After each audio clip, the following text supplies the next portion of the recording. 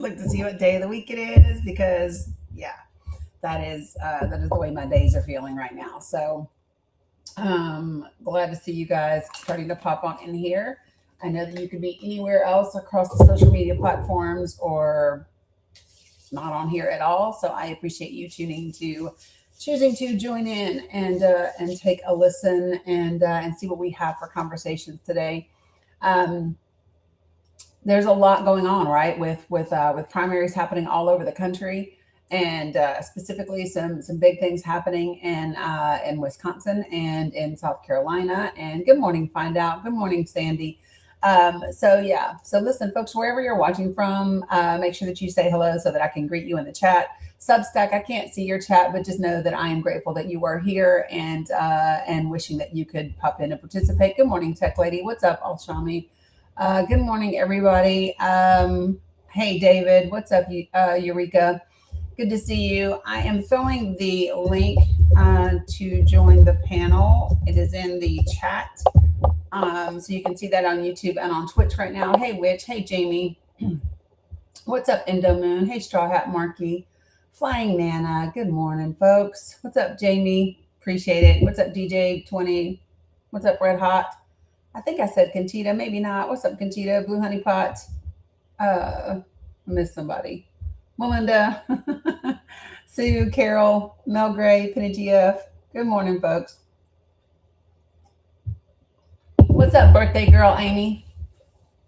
How are you? Y'all can see I have a Red Bull on deck today because, yeah, life requires it. Marnie, I know that Prince Harry Wright invites you to co-host. Why would I do that? Yeah, no. Um, Marnie, I sent you a text earlier. If you're on here, I don't know that I saw you, but I've got graphics that it would be great to get some help uploaded into the Google Drive. So if you're interested in helping out, let me know. Good morning, cats. Do I have a man in your life? I have lots of men in my life. What do you mean? Good morning, Tim. Good to see you. Also, for those of you guys that are on the subscriber side of the world, appreciate you, Kat. Look in the subscribers discourse. I put a my needs are taken care of.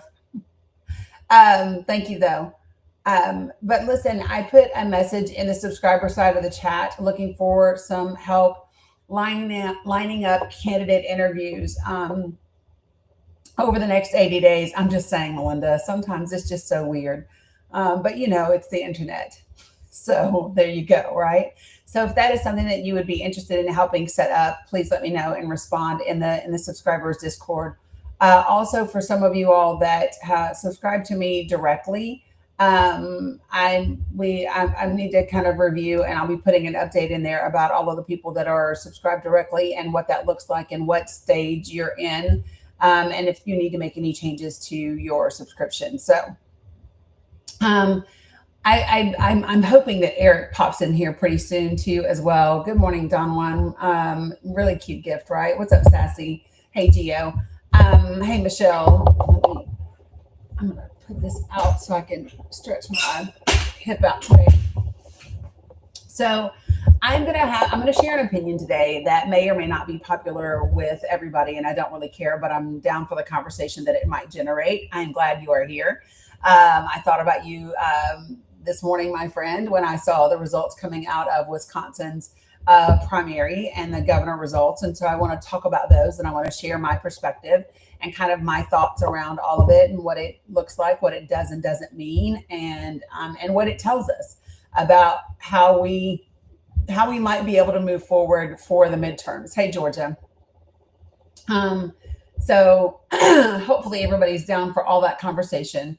Of course, these are not the only things that we're going to talk about today, right? But I did want to play, hey, I'm Sammy. I did want to play a clip from the president of the American Academy of Pediatrics. Not only did they put out several statements yesterday across their social media platforms about nothing changing in terms of the science and the data and what it tells us about how we vaccinate our children, But he also went on, some mainstream television outlets, which should tell you just how serious they are about making sure that parents understand that there is nothing that has changed, and there's nothing to justify making these changes.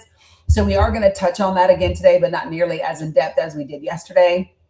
We are going to still tap into some of the testimony from the CDC director, former CDC director, and the state, so that we understand the state that our CDC has been in for the last 18 months, because I don't think most Americans know when we have like this insane, severely high measles outbreak for largest outbreak and highest numbers in like 30 years, and even more than last year when we first broke that record.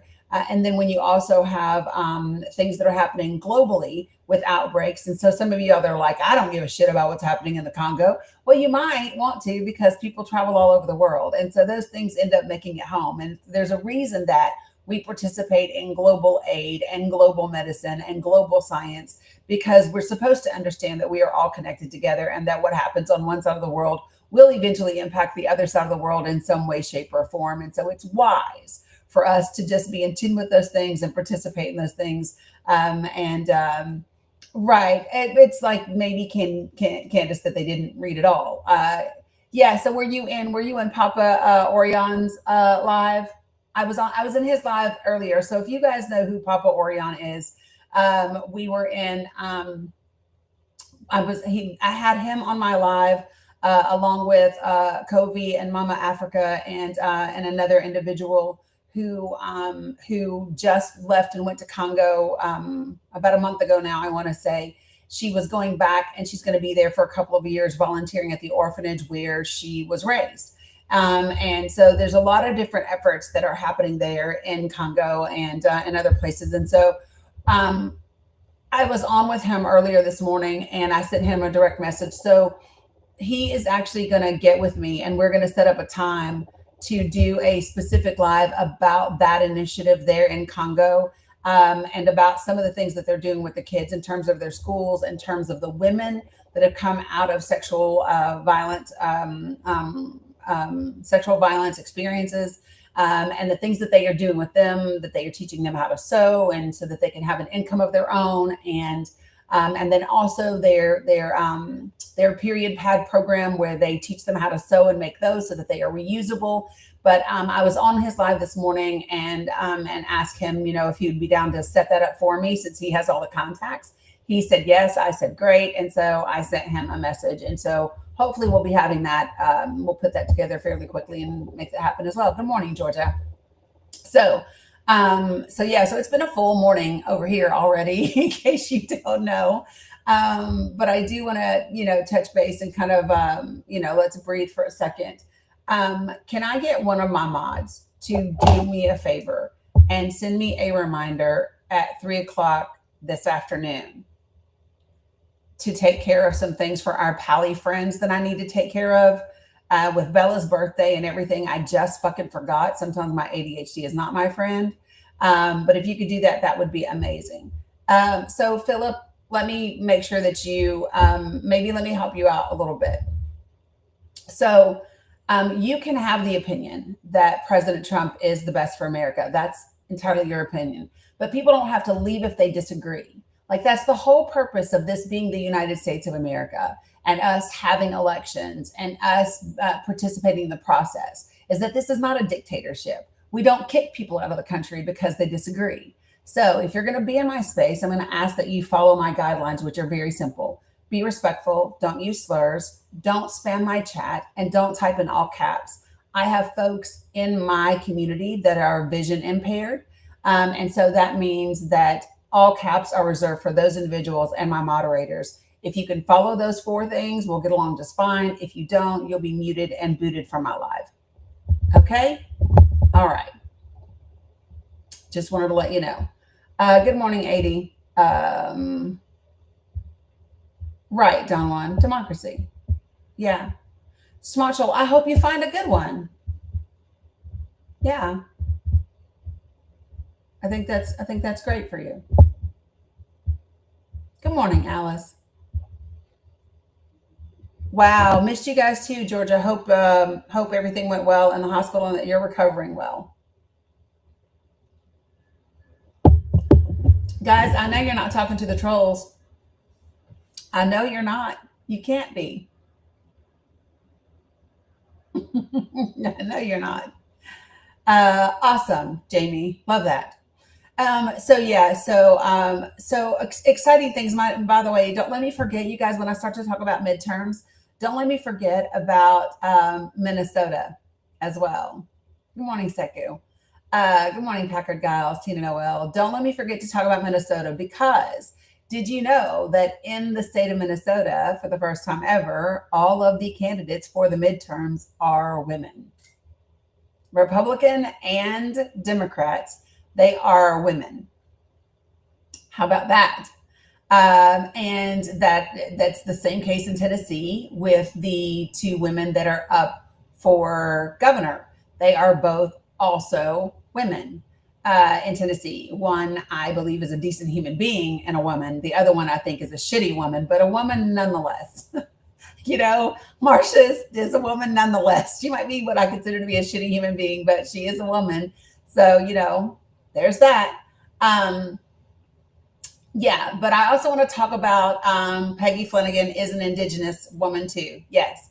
And so I do want to talk about what's happening in South Carolina. So Lindsey Graham's sister was able to secure enough of the Republican primary vote to force a special runoff that is coming. And so we are Annie Andrews is not running. Yeah, Annie Andrews is running on the Democratic side against the seat that was Lindsey Graham's. And we don't know who she's running against yet because there's a runoff, right? But I think what's important is, and so one of the things that I do want to talk about today is I do want to talk about Darlene Graham.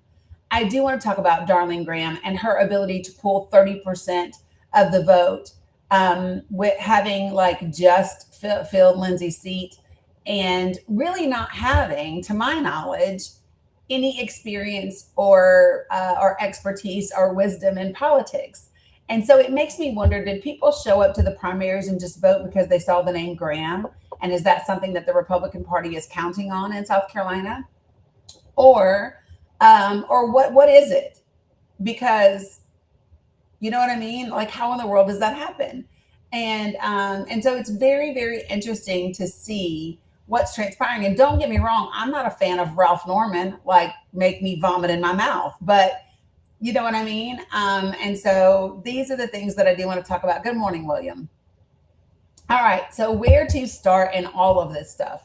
So let's start with you. You agree? Yeah. So I do think so. Right. She said she wasn't a politician, and she's not, which, let me just say this. When people, independent voters do vote in primaries, Abdul.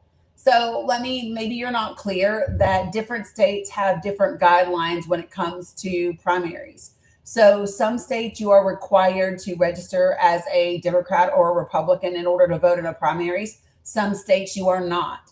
So independents can actually vote in primaries and they don't have to be registered with those parties.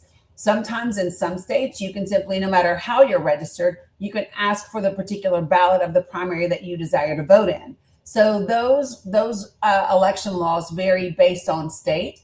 And so it's important to check with your state and see what your state's guidelines are as for how you can or need to participate in the primaries. Okay. So good morning, Helen. Good to see you. So yeah, so it's just needing to know that information.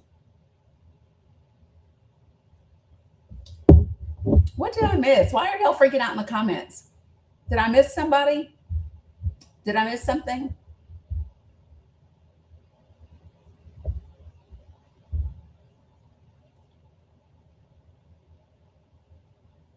Yeah. I mean, Liz, would you like to come up? Because you do know what I don't ever understand about people on social media? Here's what I don't understand about people on social media. If you're scrolling, right, and there is a live that comes up or a post that comes up that you don't want to engage with, that you don't like, that you disagree with it, I've never understood why, as a grown adult, you don't just fucking swoop to the next slide. I don't understand why you stop. I don't understand why you comment. I don't understand why you go, why don't you shut up? Or why don't you get off my page? Bitch, I'm not on your page. You are literally on mine. I've never understood. It just makes no sense to me. It's like you don't know how, it's like you don't know how the internet works. Or is that the need to be, I'm so victimized, you know what I mean? Because you showed up on my feed. It's an algorithm. Teach it what you like.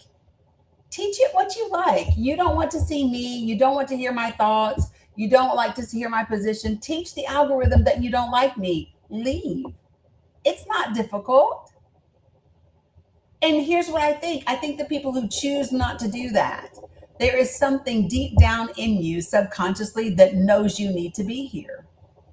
Whether you recognize it or not, whether you want to acknowledge it or believe it or not, there is something deep down in you that knows this is where you need to be, which is why not only are you here, but you continue to return. You continue to come back. Exactly. The longer they stay, the more they comment, the more they tell the algorithm, I am who they like.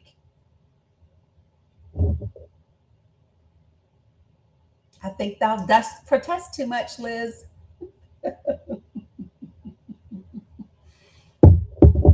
All right. Let's get things going this morning. So when I bring you up to the panel, do me a favor, put yourself on mute until I get to you. If you're watching anywhere other than TikTok, the link to be able to join the panel is in the chat. Do I have anybody that could grab the link from YouTube and post it into, maybe you can't. Let me grab it. I will grab it and I will post it onto Facebook and Substack. So I will do that while I bring some folks up to the panel. Okay. All right, folks, when I bring you up, put yourself on mute until I get to you, and then we will get this thing rocking and rolling. Good morning, Sherry. Did you mean to request up? Sherry, did you mean to request up? Is that me? That is you. Hi. Annie, I'm sorry. That's okay. No worries. No worries. I got you. You didn't mean to request up? No, I did not. But you have a great day. Thanks. You too. No worries. I got you.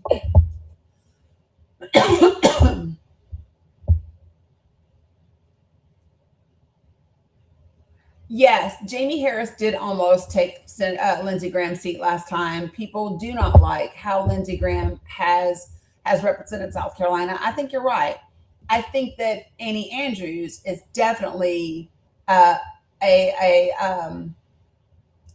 solid challenger for that position in the Senate. Straw Hat Markey, what do you mean? Against Abdul Al Said in what way?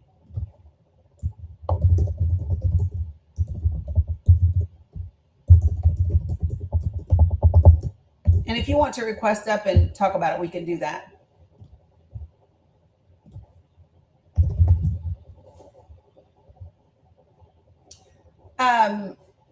So I think that, so I mean, what are the reasons they are saying? What are the reasons that they are giving behind that? What's the argument? I guess this is my question. So you know me, the way that I like to address things that are happening with people is I ask questions. And so if there are people saying, do not vote for the panel as a guest. All right. So Substack, I put it in the chat for you too as well. All right. Yeah, so if you have people that are saying don't vote for Abdul Al Said because he's a Muslim, then the way that I'm going to address that is to I'm just going to very directly call it the Islamophobia and ask them what that has to do with actual policy. Can they show me where in any of his policies, in any of his agendas, in any of his plans, where his Muslim faith is playing a role? And so that would be, just very directly, that's going to be the place that I always come from. Okay. Always.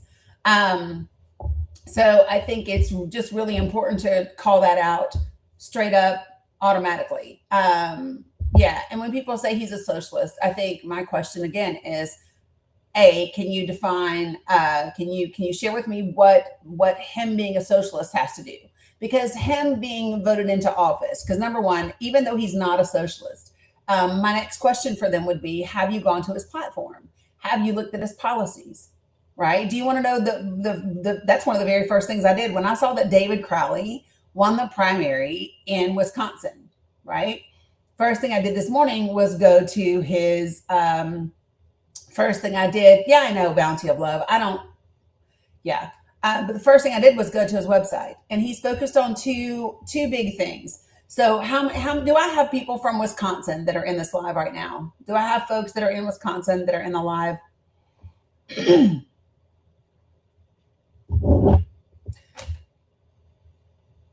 Let me know. Do I have any Badgers? I know I have Michiganders, but do I have Badgers in here? Oh, I done missed a bunch of these comments over here. I don't know where they went, but hey, Michelle. Whoops. Yes. Yep. Okay, I got Minnesota too.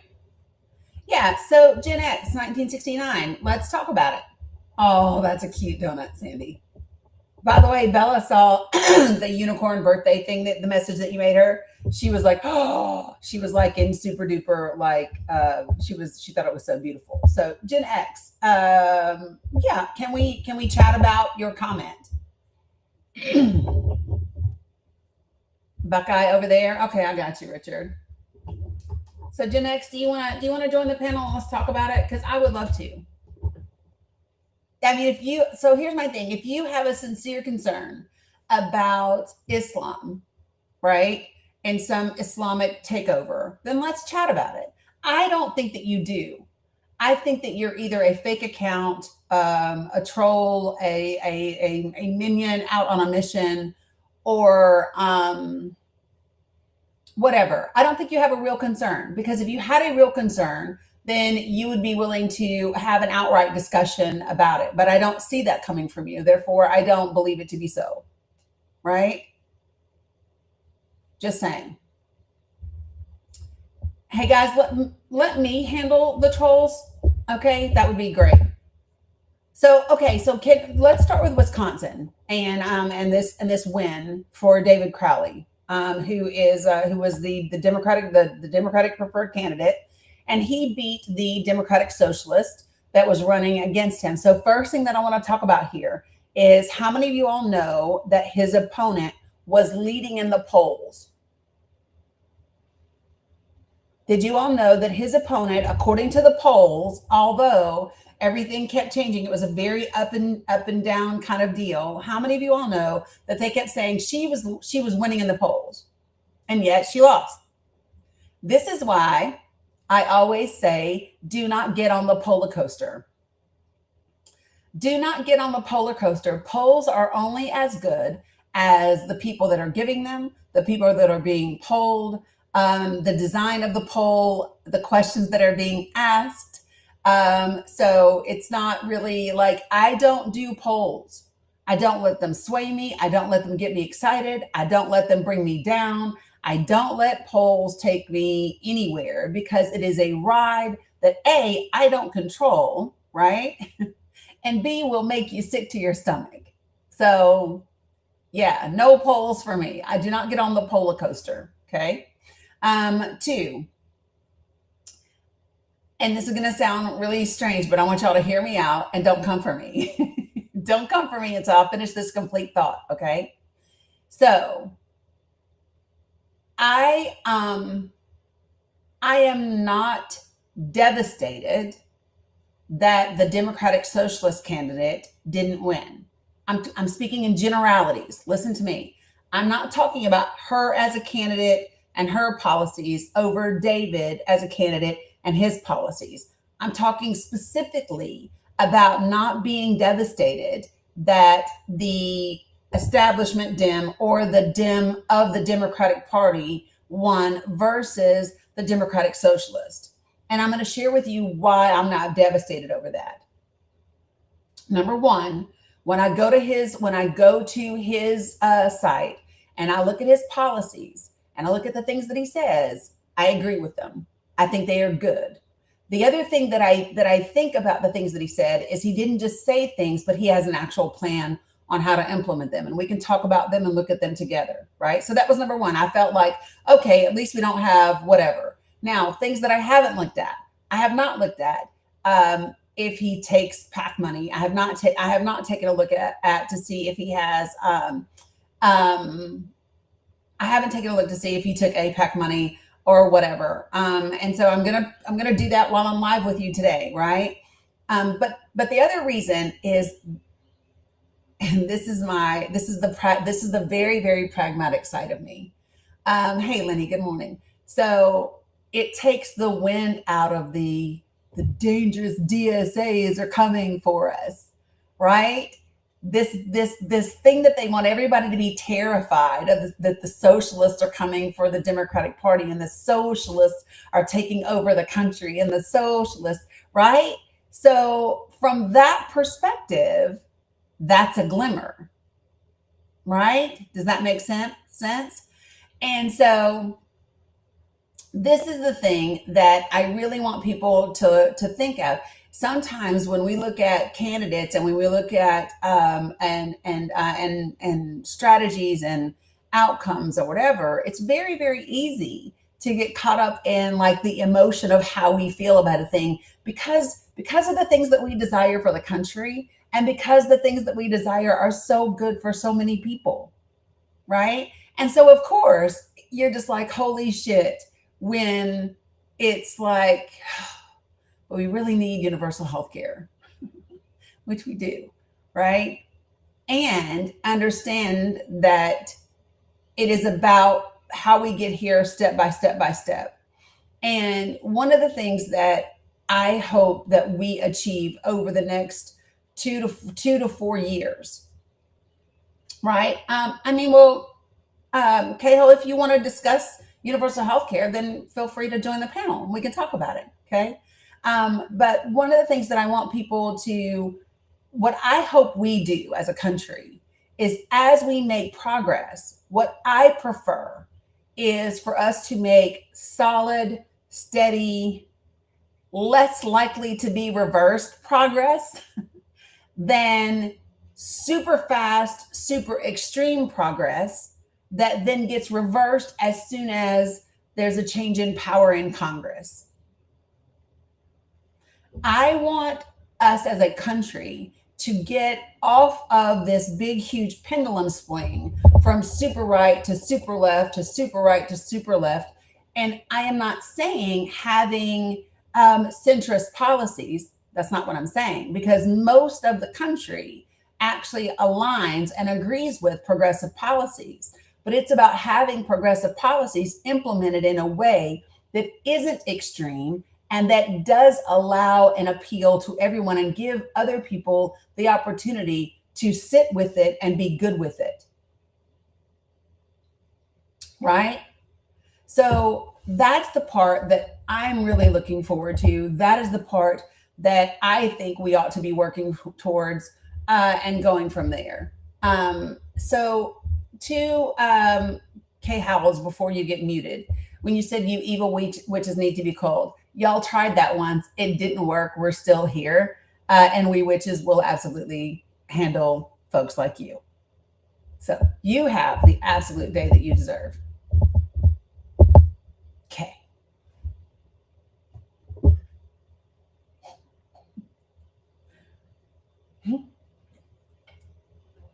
I'm just not doing the male fragility today.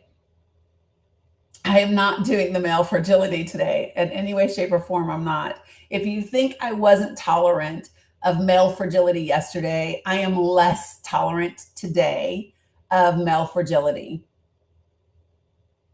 So tread however you would like. Okay? Okay. Great. All right. Oh, now he would like to join because I muted you. Love that. So before I let you join this panel, I'm going to go over the guidelines for this space again. Okay. So number one is to be respectful, which you already haven't done in the comments. So make sure that you get on board with that before you come on my panel. Number two, do not use slurs of any kind. 3, don't spam my comments, which you can't anymore. And then last but not least, well, you can't do this one either one. Okay. So when I bring you up here, put yourself on mute until I unmute you, and then I will greet you and we will have a respectful conversation. If we don't, then you will be dropped. Okay. Great. Peach, righteous giggles, Peach. Good morning, Sandra. Good morning, Rivers. So good morning. How do you prefer to be addressed?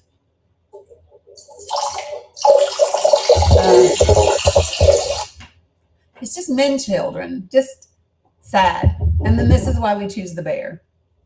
Like, it's just dumb. Tell me that you have not come through puberty without telling me you haven't come through puberty. And you might want to get that colon check, that start and stop kind of thing. That could be a problem. Yeah, you might want to check that prostate, that colon. Yeah, you might want to, did I say colon? You might want to check that prostate, not colon. But I'm just saying. Good morning, Bedazzle. Good to see you. All right. Okay, so that's my first thought about Wisconsin, is that I'm not overly devastated at the fact that the DSA lost versus the Democratic candidate. Good morning, Big Daddy Lee. Okay. Now, here's the second thought that I had.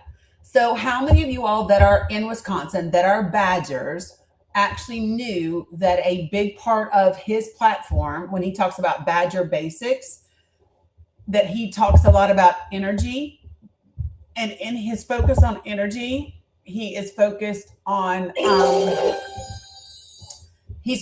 data centers. How many, and this I found to be really interesting.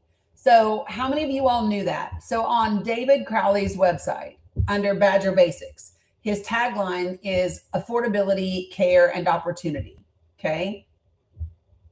And his 2 that he chose to focus on were housing and energy. Those are the 2 big ones. And then I'll look into, and then he's got healthcare underneath that, and childcare and early development.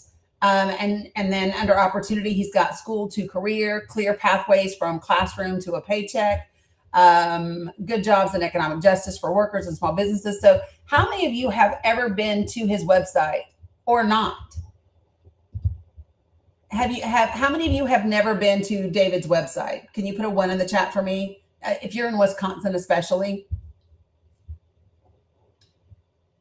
So here's what my brain tends to do when I'm looking at these candidates and I go to their website. Number one, I'm looking to see not just what their claim is, not just what they would like to do, right? Not just what they, he's a Democrat. So here's the thing. He is, he is a Democrat. So things that you may or may not know about him, which we're going to talk about. So he started in 2005 in organizing with an organization called Urban Underground. And then he, in 2010, joined Russ Feingold's campaign for Senate. And then he was elected to the Wisconsin State Assembly in 2016. Okay. In 2017, he co-sponsored the Assembly Joint Resolution 10, which declares that abortion is health care. Okay. Thanks, Bobby. In 2020, he became the youngest and the first Black county executive elected in Milwaukee County history. I'm just giving you like what's on the site, right? Just giggles. And then in 2023, he helped lead the passage of Wisconsin Act 12, which was a bipartisan bill to increase shared revenue for municipalities and counties across Wisconsin. He was part of the largest property tax cut in Milwaukee County history in 2023. And then in 2025 is when he launched his campaign to become the governor. So that's a little bit of history, okay? The things that I wanted to look at are when I look at his site, and let me share my screen with you guys over here. So let me show you. So when you look at his site, the thing that I immediately was drawn to, right? Oh, I love that, Lulu Bell. So the first thing that I noticed is when he says, so housing, build more, expand ownership, keep people housed, build more housing statewide is his first things. And typically what I'm used to seeing from a candidate is build more housing statewide. And that's it. There's no real plan on how to make that happen. And he's actually got 4 separate bullet points. And I'm going to share with you what they look like, right? So support zoning flexibility. So duplexes, fourplexes, ADUs, and small multi-unit buildings can be built where people already live and work. Wisconsin can allow these housing types, quote unquote, by right, without special permits or neighborhood hearings, through incentive grants that reward cities for updating their codes, and where necessary, state legislation that ensures no community is left behind by outdated zoning rules. ADUs are especially practical, adding units on already developed land without new infrastructure cost. And so that's a pretty well thought out idea. And my whole point is, it's not about whether this is ready to go and it's going to be implemented and it's going to be great.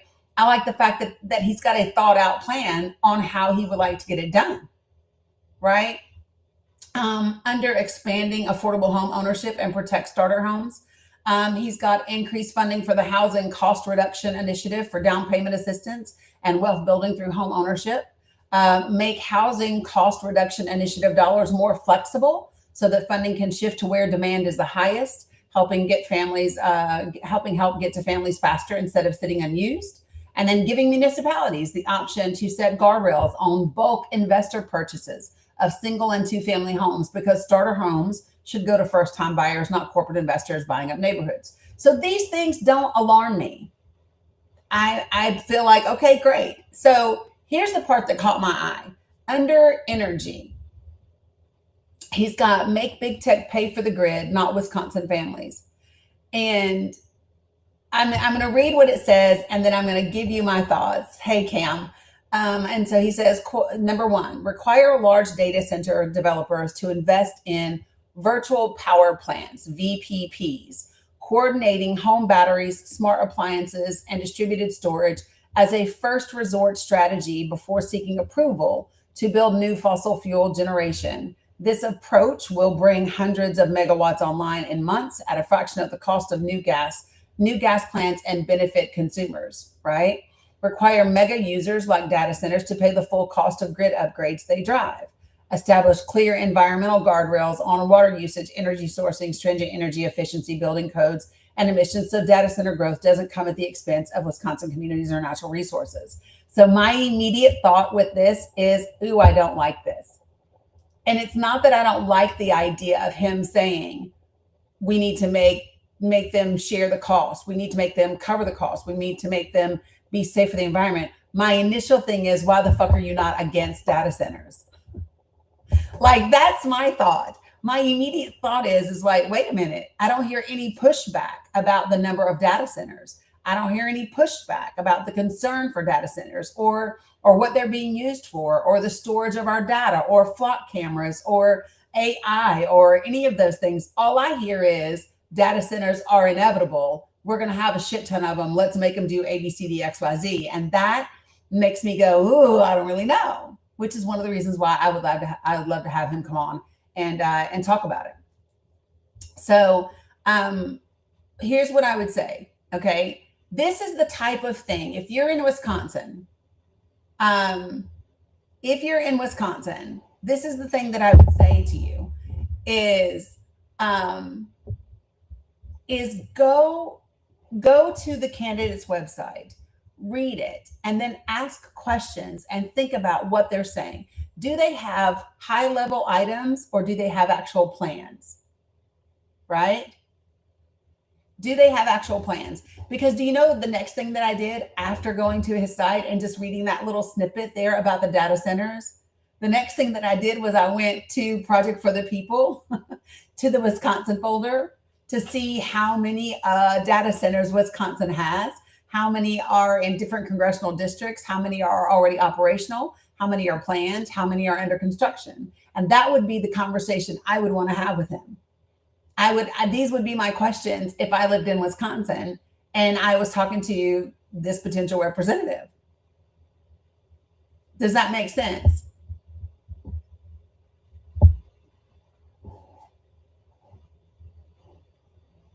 Yes, no, maybe.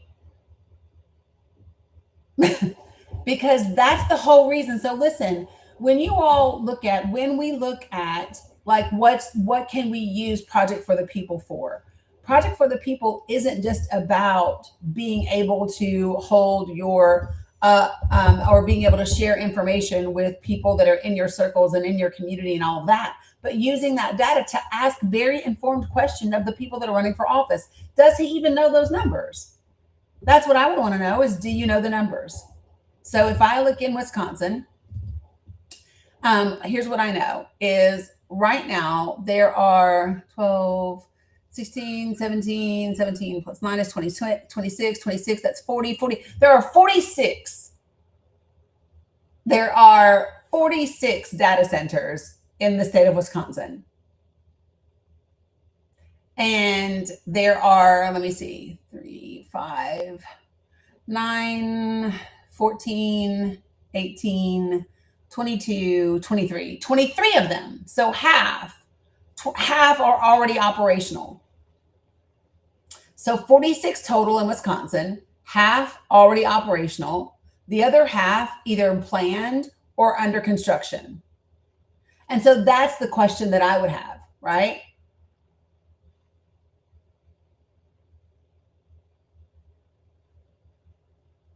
And I would want to know what does he think about that? Because while what he's saying now about having them pay for the grid and to do this and these virtual power centers and all of that, how does that hold up when it's double? And then what about the protection of the people?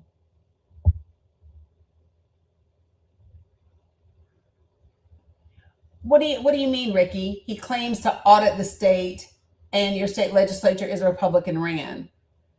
I'm not sure what you're trying to say. Can you join the panel and articulate it for me? I sent you an invite. Oh, that's nothing compared to all the other ones. Some of the other states are it's actually alarming. If you have not been into the Project for the People data drive, the Google Drive, and looked at your data centers, I highly recommend that you do. There's 490 graphics, and I have like, I don't know, 40 of them already up. But if you're somebody that, I'm just saying, there's more that I've put together for you guys as well. But you might want to look at your like what's actually planned for your state. So okay, Ricky, that's okay. Then you have just a salad. If you signed up for Project for the People, then you got an email and it may have gone to your spam or your promotions folders. So what I would recommend doing is searching your entire email for Dani. Just put Dani in the search bar and you'll pull up anything that's come from me. Okay. All right. So when I bring you to the panel, folks, do me a favor, put yourself on mute until I get to you. And then I actually want to help you guys and give you some data center information in just a second. Okay. Yeah, you're welcome. No worries. Against her. Good morning, Elroy. How are you? Elroy, did you mean to request that? That's hard. That's a no. Hazel Arts, how are you? Did you mean to request that, friend?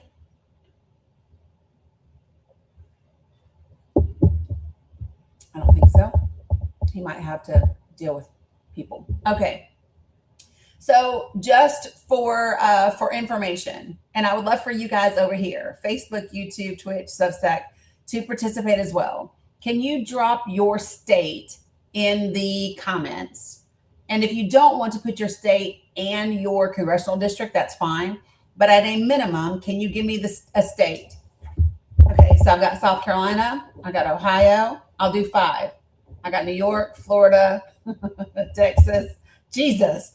Okay, so let me just stop right there. Hold on, I'll do some more. Okay, so let's do it. Okay, and I'm going to grab Missouri because Missouri came in from Facebook. Okay, so watch. So here's what I'm going to do. I'm actually going to share information, and I'm going to do it this way because the other ones, so when I did the data center graphics, Texas came in from YouTube, so I'll take Texas from YouTube as well. Okay, so listen. So when I do the graphics, there's literally the data center graphics, there's 490 of them. And so I have to like label each of them and then upload it into the Google Drive and put them in the right congressional district. And so it's very taxing. So what I'm going to do is I'm actually going to open the graphic itself because it's easier for me to navigate right now than popping in and out of the Google Drive. Okay, so I'm going to share my screen over here for you guys. And TikTok, you know that they will get me if I show my screen too much over here on this side of the world. So what I'll do is every now and again, I'll pop over and I'll just like turn the camera around and show you the graphics as I'm talking about them. Okay. If you have never seen this map was done using a collection of data by Politico. Politico is just top of the line when it comes to facts and information. And they did an analysis of the data center map from the US Census Bureau. And because data centers is such an ever-growing, fast-growing thing, it might not be like up to date, but it's a great snapshot to even give you an idea of what's on the way. So first things first is I'm going to share this map with you all so that you all can see what the data center situation looks like in the country. So I'm going to show you what it looks like by district as well. So this is for the entire country, and I've done the same thing in Spanish for folks. And the source information is here as well for you. Okay. So this is what it looks like. And it's actually going to show you if the district that they are in is Republican or Democrat. And then it's actually going to show you the number. So the smaller the circle, the smaller the number of data centers. So there's 10, 40, 100, and then as many as 370. Okay. So what I'm going to do now is I'm actually going to take the states that you've given me, and I'm going to show you what those look like. And then I'll run through your congressional districts as well as your overall state. Okay. For those of y'all who do not know, I took this data and then made all of these graphics. There's 490 of them to put them into Project for the People for you so that you could easily access it, have graphics that you could share with your friends and your family members, with your social media followers, with all of those folks, because this is information that most people don't have and we need to have and we should be concerned about. So first things first, I'm going to go down here to Florida. And it's a lot. I know you guys over there are like, holy shit, because I'm scrolling really fast. Just bear with me because I have to get down to Florida. All right, so Florida, we're going to do this thing together. You ready? So here we go. So this is what Florida looks like. These are all of your congressional districts, and then you have the total number of data centers, and then you're going to have whether they are operational, whether they are under construction, or whether they are planned. Do you see that? And so then what I did was I took this graphic and then I did individual ones for each of your congressional districts. So for example, Florida 2, you have 4 total and they are all already operational. For Florida 3, you have 1 and it's already operational. You have 4 in Florida 4. You have 2 in Florida 4. They're both operational. Florida 5 has 6. But see how this one, you've got 2. 1 is operational, 1 is planned in Florida District 6. In Florida 10, you got 7 operational, 1 more. Do you see what I'm doing? Florida 14, you have 17 data centers, folks. 17. I want to say that again. Florida 14, you have 17 data centers. And so what I have done is put this in here so that you can actually ask questions of the people that are running for office on a local level, on a state level, on a congressional level, on your gubernatorial level. It's really important that you look at what we're talking about and what's happening in your state and how it's going to impact you. Some of these have not been approved. Some of them have. What stage are they in? What was the process? Do you know that some of these places, because this data center thing is so new, there's not actually like a required process to go through, right? And so you got to know, did it have to come up for a vote? Did it come up for a vote? Like what happened? Did the public get to weigh in on it? What's the process? Should you get state legislation that changes the process for data centers? Right? Should you do that? Should you not? I'm going to look really quickly. There was one that I wanted to find, and it might have been, yeah, that was the big one. Florida 14 was the big one. So I've done Florida. Next, I'm going to go to Missouri. All right, Missouri folks, I'm coming to you. I think the Missouri came in from Facebook. So I'm going to give you your information for Missouri. And I'm going to share with you all what it looks like.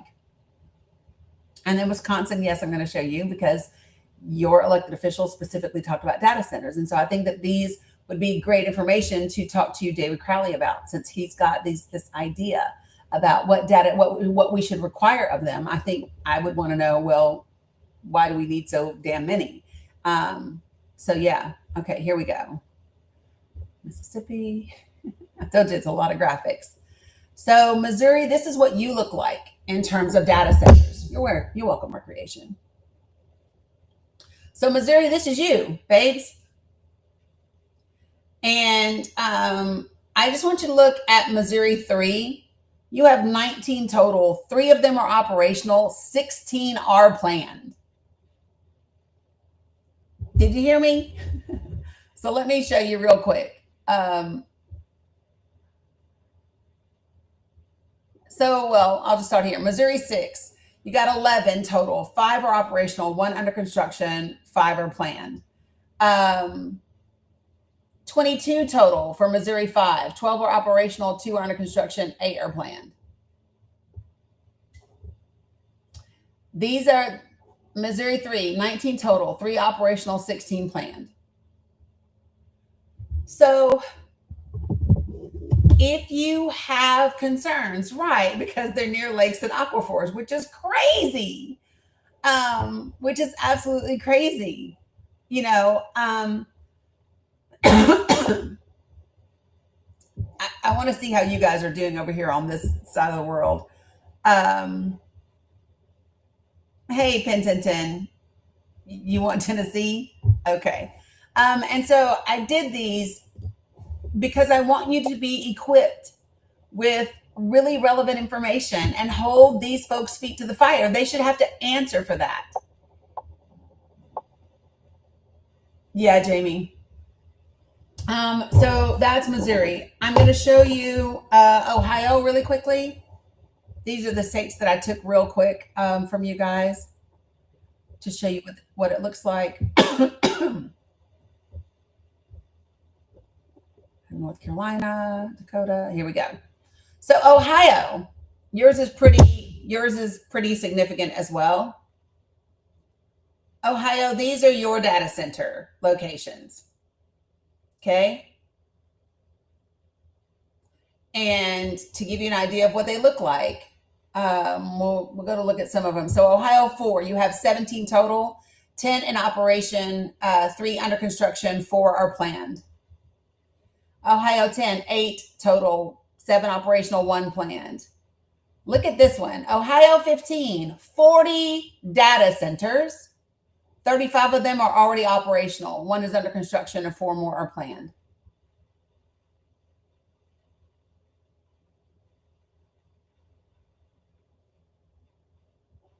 If you look, 41 in Ohio 12, 11 operational, 11 under construction, 11 planned.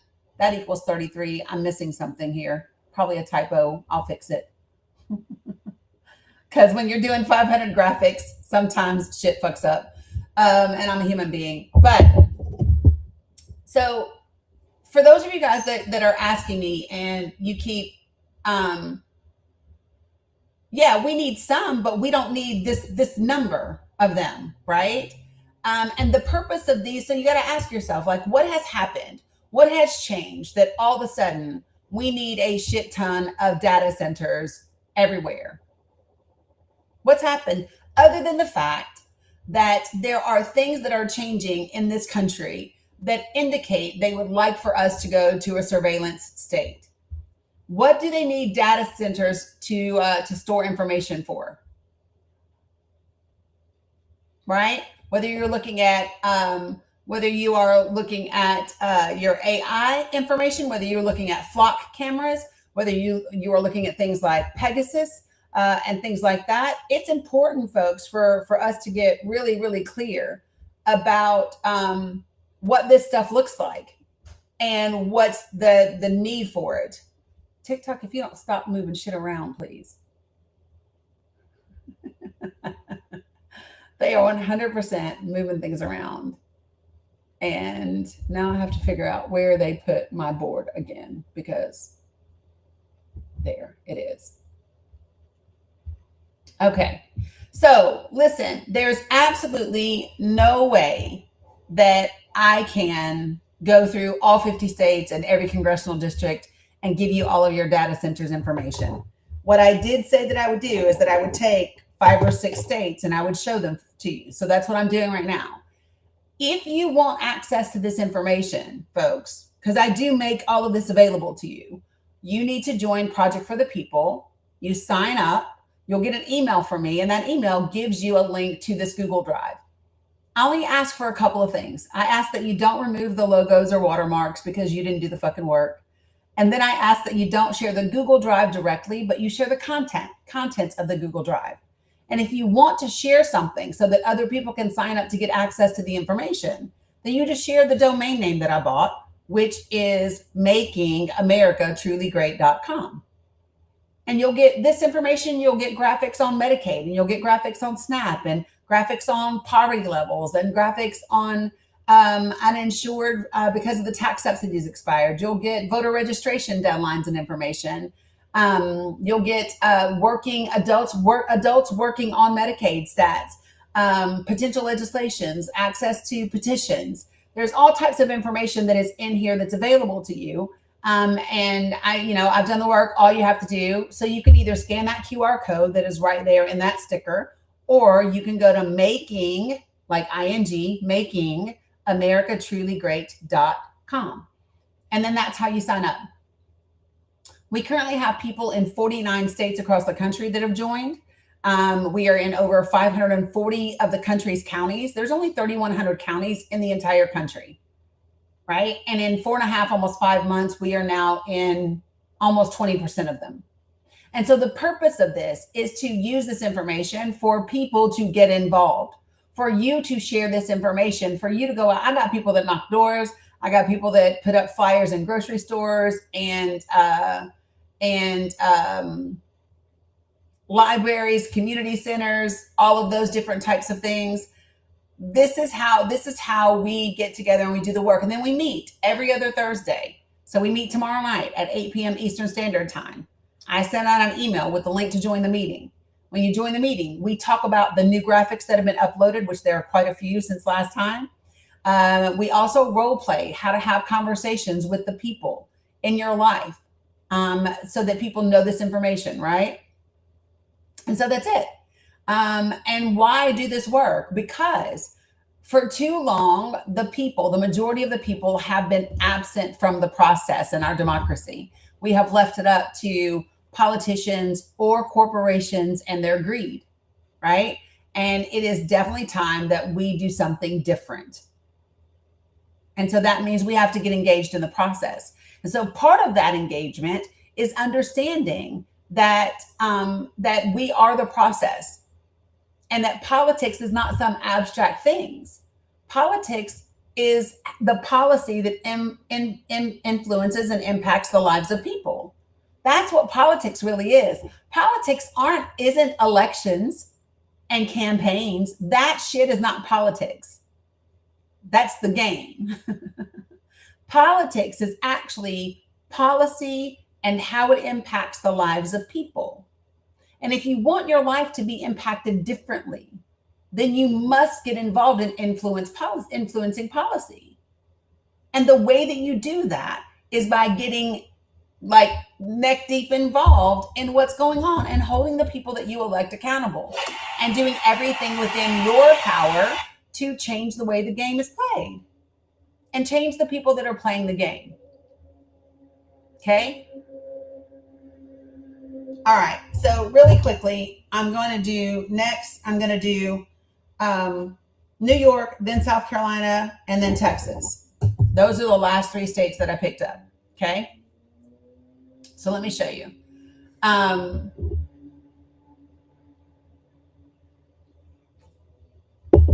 right. Let me get in here real quick. Who did I say? I said South Carolina. No, New York.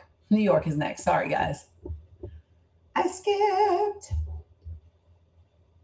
skipped New York. I know whoever said New York was like screaming when I skipped New York, but here we go. I got you.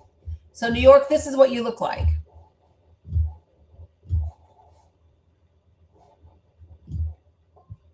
Boo, boo, boo. I'll show you guys over here as well before I move it over. So New York, this is what you look like. So in New York 26, there are 19 total, 17 operational, 2 are planned. There's 4 total, 4 are operational, and 24, there's 13 total, 10 operational, 3 are planned. New York 21, 5 total, 3 operational, 1 under construction, and 1 is planned. 10 are operational and 20. I see you guys signing up for Project for the People. Love that.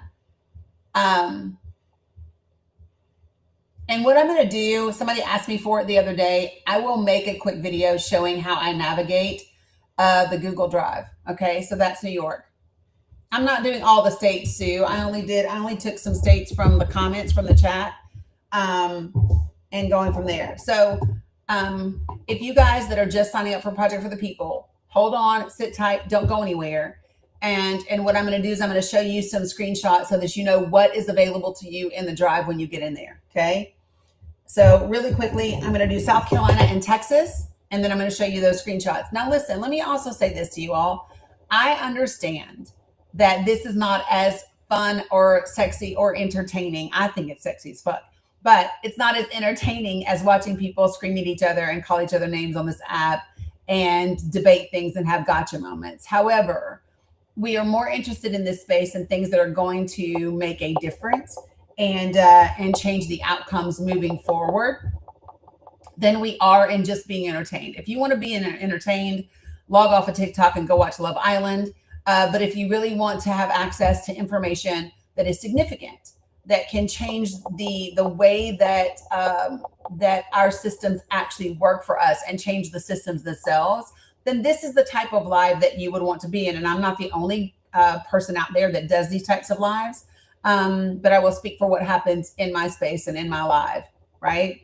So if you are tired of the other bullshit rhetoric that doesn't change anything, and you want to be involved in a community that is interested in information that matters, then this might be where you want to come hang out on a regular basis.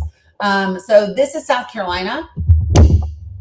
So South Carolina, you might want to be talking to Ralph Norman or Darlene Graham or Annie Andrews about data centers, because this is what South Carolina looks like. And when you get here in South Carolina District 4, you have 16. Only 5 are currently operational, but 11 are planned. That's huge. 5 total in South Carolina, 5, 2 under construction, 3 are planned. 6 operational, 1 under construction, and 6. 11 in South Carolina, 1, all operational. And that's the Spanish version. So again, Oh, thanks, Stephanie. Appreciate that. And so now I'm going to do Texas for you. All right. And yes, Veronica is correct. If you bring a new friend to the Project for the People meeting tomorrow night at 8 p.m. Eastern Standard Time, then you will get your name thrown into a raffle for some free Project for the People merch. So we have t-shirts and hats and mugs and tote bags and car stickers and door knockers and tank tops and hoodies. It's about to be fall. So all of that happens. And if you attend for the first time ever, if you attend a meeting, there will be a special code tomorrow, a discount code. And with that discount code, you get $10 off any order of $50 in terms of merch. So there you go. Let me give you next. I'm going to go to Texas. And I will show you what. And listen, for those of you guys who are wondering, everything is bigger in Texas, including data centers. Including data centers, folks. I just want you to look at what Texas looks like. That is Texas. So Goth Boy, all of the meetings are recorded, and I email out a link with those so that you can watch them. So this is what Texas looks like. In Texas, 1329 total, 10 are operational, 19 are planned. 26 total in Texas, 19, 17 are under construction right now as we speak. And let us know, Goth Boy, like if it's something that comes with that, and you know, we can still honor a discount code because you're working. But this is something that you ought to know. If you live in Texas 23, you might want to know that you're looking at 35 total. You might want to know what these look like all across your state. Now, let me just say this to you guys. If you look up here at the main map, and then when you go into an individual one and the numbers are different, please just let me know. That's all you have to do, because I am a human being. And so sometimes when I'm working on 500 graphics and it's 2 a.m, sometimes I hit the wrong key or I type the wrong number. So just let me know and I can get it fixed and then get it uploaded and we're all good. Okay. So if you notice my humanity in the middle of the graphics, please just let me know and don't hold it against me, because we're doing the best we can. Okay. Appreciate that. Good morning, folks. Appreciate you over here. So yeah, so this is all, it's all important information. And so the reason that I got here this morning was because of what happened in Wisconsin.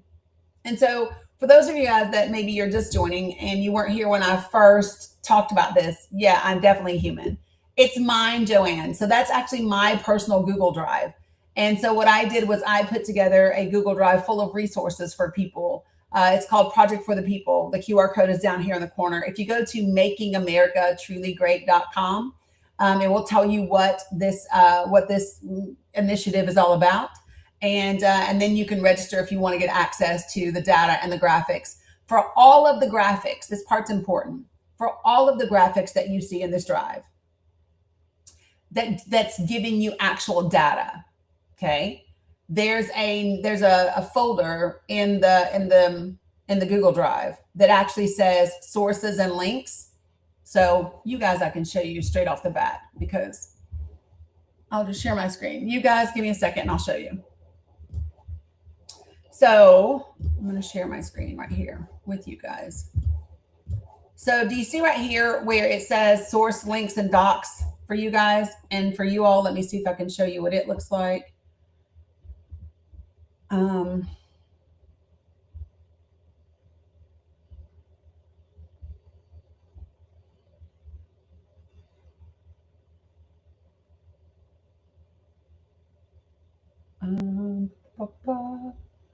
Where is the, thanks. Hold on. I'm trying to find the right little thing to show you guys. Is this it? Nope.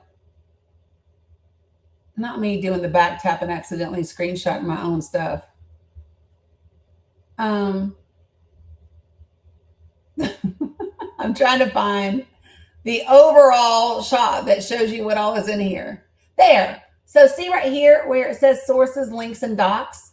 So in the Google Drive, you have access to nationwide resources, potential legislations, along with sample petitions, a webinar that tells you what Project for the People is about, along with an Excel spreadsheet to get connected with people that are in your local county and your community. And then, of course, the document with sources and links, and then your state resources. Your state resources looks like, yeah, so that's the sources. But so your state looks like this. You find your state, then you'll get into your state, and I have all 50 states. Then you'll get into your congressional district. And that's the sample legislations. But when you get into your congressional district, you'll see it is in English and in Spanish, right? And so when you get in there, then you're going to see graphics about Medicaid and SNAP and uninsured, or data centers, or your poverty levels, or no more culture wars, your poverty level for the US population for your particular state. All of that is what is in the Google Drive and made available to you for you to use. If you operate a Google Drive for work, you can access all the information. It's not difficult.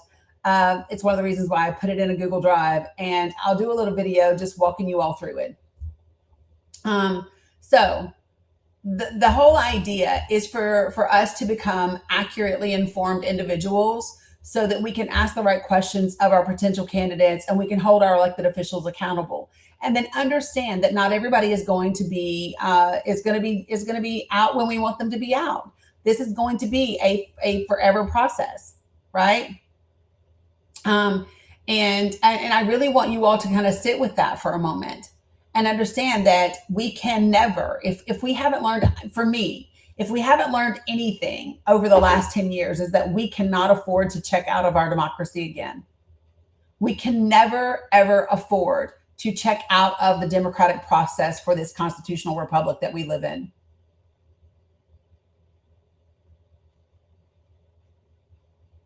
The consequences are too significant. It is too easy to see protections rolled back. It is too easy to see loopholes be exploited. It is too easy to see corporations with hundreds of millions and billions of dollars supersede and override the will of the people. And we can't do that. Okay? Betty, did you mean to request up?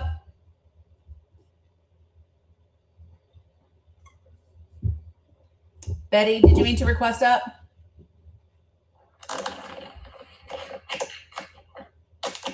I'm guessing not.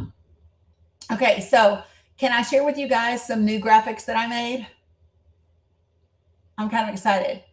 And there's even graphics that some of the subscribers haven't seen. So Lynn, if you're in there, you need to go to your state, go to Tennessee, go to state resources.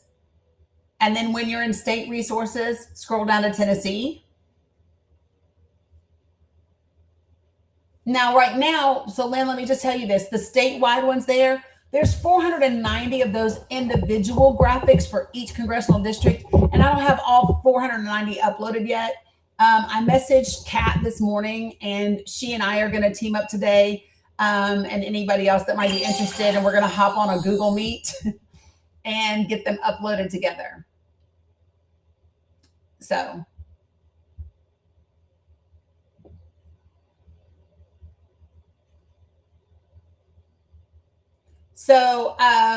Juan Quille, I'm not sure your name. Do me a favor and don't spam the comments. Okay? Yeah, so JP and NC, let's talk about it. I sent you an invitation to join the panel because I always find it interesting. No worries, Kat. I always find it interesting when people say things like that, like you just said. We will end up right back here again.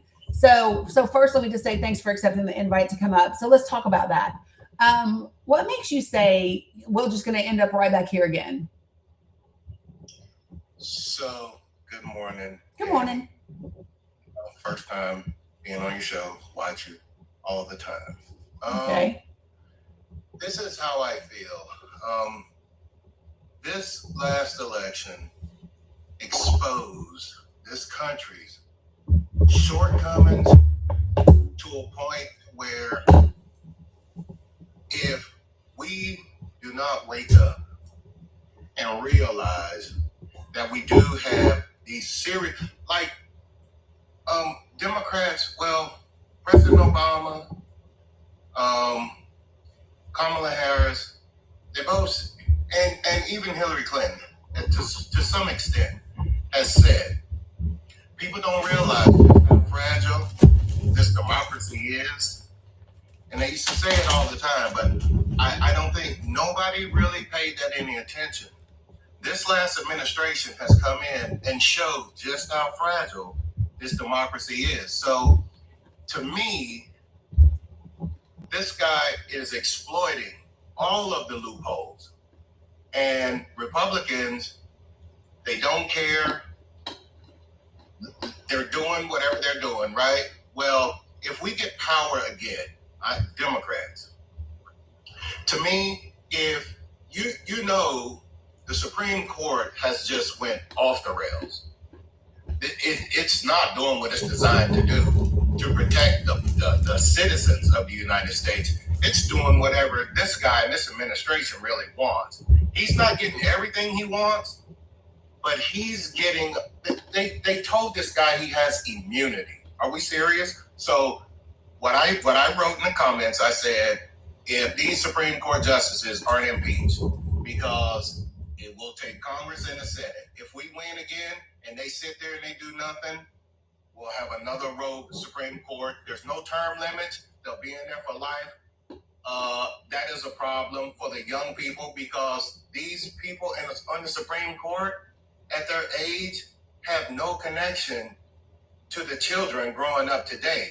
They are living in past times. So that's the Supreme Court. My issue with that. My issue with the Constitution, I am not a constitutional scholar or anything like that, or close. But my problem is there is things in the Constitution that have been rolled back. There is rights that have been rolled back. If the Democrats win again and they do not solidify the rights and the autonomy for all people and women, if they do not make a law or some kind of, I don't know what you would call it, but do something to make sure that this never happens again. Because the reason it is happening is because it was never strong enough. And so we just thought we had these rights. We thought that we would have them forever. And this person came into office with the people, and it's not this person. I want to make that clear. This person is just a car. He's not the fuel. It is the fuel behind him that has been planning this for decades. I've been watching, I've been listening, and I've been learning. And I know it's not just the person in office. It is the machinery behind him. I have seen you talk about that whatever they call that, what the Heritage Foundation been working on for the past, 50 years, that they finally got somebody dumb enough that they can control to do what they need to get done. Okay, so if the Democrats, if we win the House and the Senate, we don't have the presidency. Okay, I understand. But if we get the House and the Senate and they do not seriously amend that, make amendments to that Constitution to protect what this democracy is supposed to stand by, then that's why I say this will happen again, because they haven't changed it. All they did was won. They got power now, but it's not going to change what needs to be changed. If you're scared to change what really needs to be changed, then you shouldn't be there. Like Dani went in New York.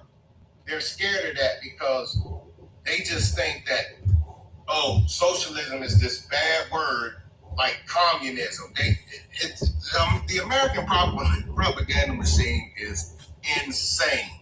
But that guy is doing what's best for his citizens in one state, in one city. So he's looking out how the government should be doing for the citizens in the entire country.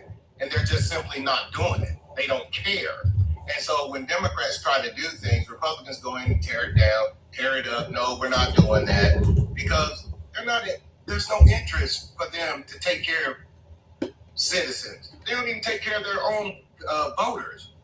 They just, like I've learned over time, they're just picking their pockets clean. And as long as they got privilege, that's all they seem to care about. But if so, just back to what I started with. If they don't change it, we'll be back here, because nothing was done. All they did was win some elections. Okay, so let's talk about it. Hella, Raja. Okay, so let's talk about it. So we are aware that things have to be done that make significant change.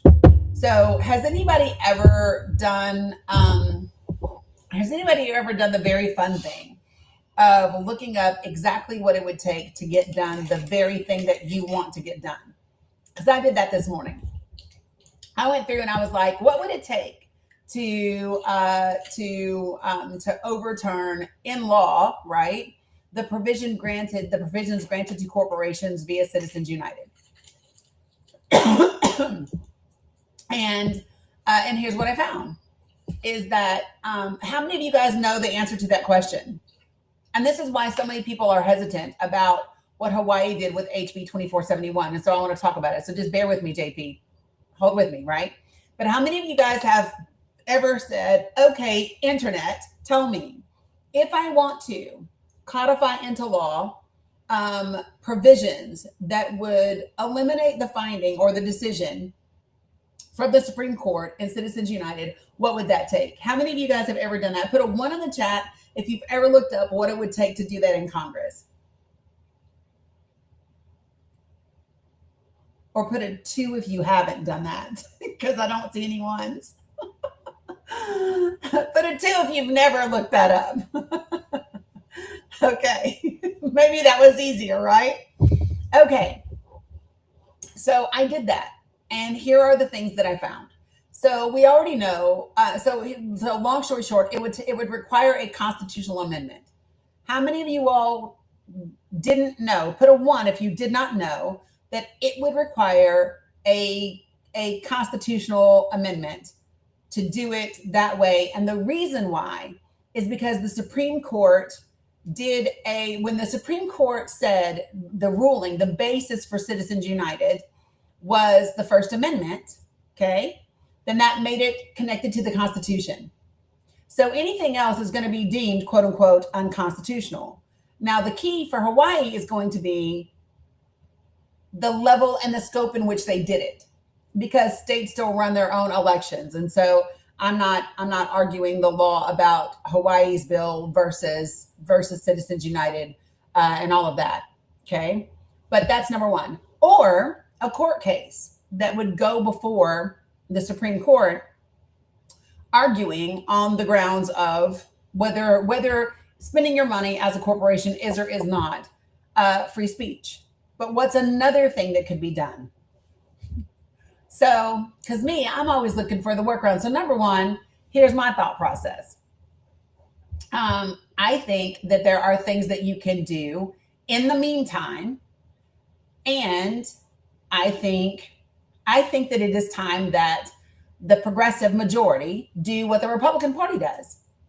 The same way the Republican Party they instituted tariffs. They've done all kind of shit that end up being struck down as unconstitutional, but it takes them a minute to get through the courts, right? So I'm okay with an executive order or a state law that shuts them down, corporations down in terms of their money in our politics while that court case has to go through the court system. right? Make them fuckers work for it, number one. Okay? Number two, wouldn't it be beautiful to reduce the insane amount of corporate money and dark money in politics while it has to go through the courts? That's what they do. They're like, shit, we might get overturned in court, we might not. But until then, these are the things that we can get accomplished. So that would be number one with regard to that. The reason why I brought you up, JP, is in this space, and you listen to me a lot, so I know that you know this. I talk a lot about speaking what you want and not what you don't. I don't ever want to end up back here again. And I know that we don't have to. So what I'm not going to say is, oh, if we don't do this, we're going to end up back here again. What I would rather say is, if we do this, we never come back here. And that's just a switch in terms of your mindset and the way that you are choosing to look at what's in front of you. One is rooted in negativity and pessimism and almost despair. The other is rooted in optimism, hope, and action. And that last one is the difference, right? Here's the thing. I'm not sitting around here telling you all to visualize yourself into a new country. Nope. I'm saying, yes, absolutely focus on what you want to create. And then you better be about doing the fucking work that's required to make it happen. Because visualization and positive words ain't going to do it. You better be at the voting booth. You better become informed. You better start knowing the information so that you can have like real involvement and activism in getting the things that you need for you and your loved ones. So I really want people to make that shift. It is perfectly fine, acceptable, reasonable to understand that if we don't make change, we'll end up back here. But there's a way to say that, and there's a way to present it that taps into a different energy. It feels different to say, man, if we don't fix this shit, if we don't close the loopholes, we're going to end up right back here. Versus if we use the power that we are about to have, we can close these loopholes and always be progressing, never come back to this place ever again, for us, for our children, and for our grandchildren. And the beautiful thing about that, the exciting thing about that, is that it's completely up to us. Can I just say this, Dani? What you just said was absolutely correct. But this country showed us that it doesn't want to progress. No, it did not. That's bullshit. No, it didn't. To me, when they went out and, okay, this person has already been in office one time and showed where the direction of where they were trying to go. He didn't really understand it yet. The people behind him was trying to tell him, but he was like a bull in a china shop. He didn't understand what he was doing. This is just my opinion. But when the country came out and did it a second time, when this person said out loud what this would be, what this would look like, to me, okay, I'm part of the 86% black men, and you're part of the 91 or 92% of black women. We knew the assignment. Mm-hmm. To me, there was a part of this country that heard what he said, what was coming, what was going to happen, and this country said, yes, we want to go there. That's what all I'm saying is, you're talking about progressive. I hear you. I grew up in the 70s, the 80s, the 90s. And if you ask me, this is my opinion. Okay. This is when I grew up. Mm-hmm. That was the freest black people have ever been in this country. That's because your ass didn't live in Reconstruction. Okay, no, I did not. But I'm saying, coming from, my parents didn't have the same freedoms growing up that I had. Right. I'm aware, but follow me. Right. But listen, here's the other part. Listen. So there are some people who heard the things that POTUS said as a candidate. And they were like, yes, I want that. And there's between 80 and 90 million other people, far more than said yes to him. Far more. 77 million Americans said yes to him, and almost 90 million Americans did not say anything at all. Almost 90 Americans were either so overwhelmed, so underinformed, misinformed, or disinformed, or so overworked, so underpaid, so tired, so sick, so homeless, so focused on simply trying to keep a roof over their head that they were not engaged in the process. Right. He did not get a mandate from this country, and the majority of Americans did not co-sign this bullshit. And everyone is suffering because of that. And those are just the facts. And so again, this is the mindset. This is that little piece that I keep saying. I could either look at the election results and I could say, oh, well, because he won the election, right? Because he's POTUS, that means this is what the majority of the country wanted, and this is how horrible this country is. Or I could say this election was a demonstration of how, when the majority of the people don't truly want something, you can absolutely overwhelm them, overwork them, underpay them, undereducate them, under healthcare them, and put them in a position where they sit back and they give up the power that they have. And listen, when you can get people to give up their power, it's a lot easier and better than if you have to take it from them. Because when you take power, people revolt. Yeah. And that's the key. So right now, what Americans did, what U.S. citizens did in the 2024 election is many of them gave up the power that they had to make things different. And then others just simply didn't even have the bandwidth for it. And it's crazy because, like, if you're really into politics, you go, how could you not have the bandwidth for it? But then again, you're not the one who is maybe 2 months behind on rent and facing eviction, and you don't have enough money to buy groceries, and your SNAP benefits got cut, and you're just fucking and you're just like, the last thing I can do is afford to take off work to go fucking vote. Yeah, well, that's the system that they created. That's what they had. That's what they want. And so the beautiful, when you say they, who's they? I'm talking about, in my opinion, okay? Yeah. This is the white American playbook. This is the playbook that has become Republicans' playbook so that we don't vote. So that this guy said it perfectly. He loves the uneducated. Well, we have a large population that is uneducated. They don't pay attention to this stuff. And like you said, they're overworked. They're working. They don't have time. They're trying to take care of their families. I understand that. And I have no answer for why 90 million people didn't vote. I don't know. I know I voted because I paid attention, I guess. You know, so I may have misspoke. I don't think that the majority of the people in the country really wanted this. I'm saying the people that went out and voted, this guy got more votes, man. And they went out and voted for this crap at the detriment of the entire country. And there are some people, let me also say this, folks. I really need y'all to get this. There are certain phrases and certain things I want every progressive and Democrat to stop fucking saying. I want all of us to stop saying, oh, he likes the uneducated. Because it is the people that you are referring to, right? That we need to become accurately informed and get on this side of the future. They were on the wrong side of history, but they can get on the right side of the future.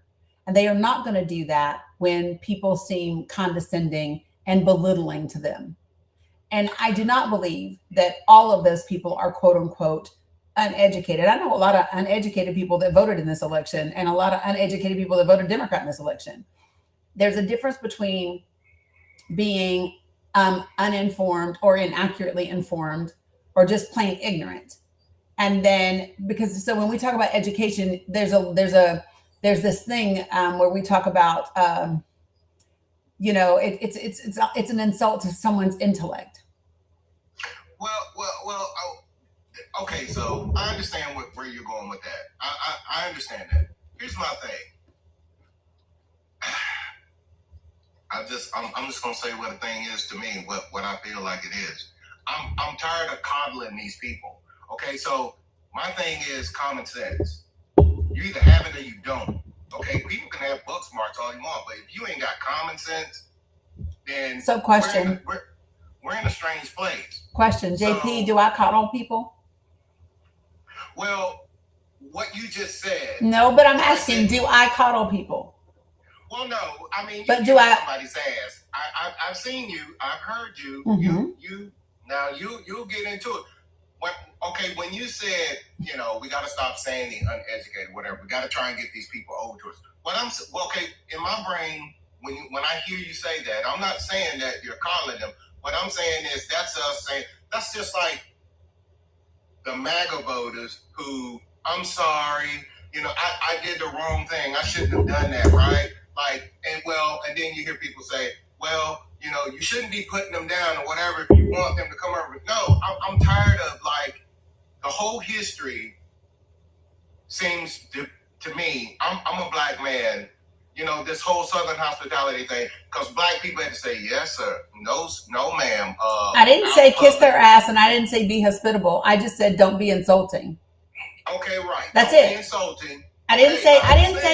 So listen. So this is the thing that I'm saying. And very quickly, Winter, do me a favor. Please do not put anything about elections not being accurate in my chat. I do not do election conspiracy theories in any way, shape, or form.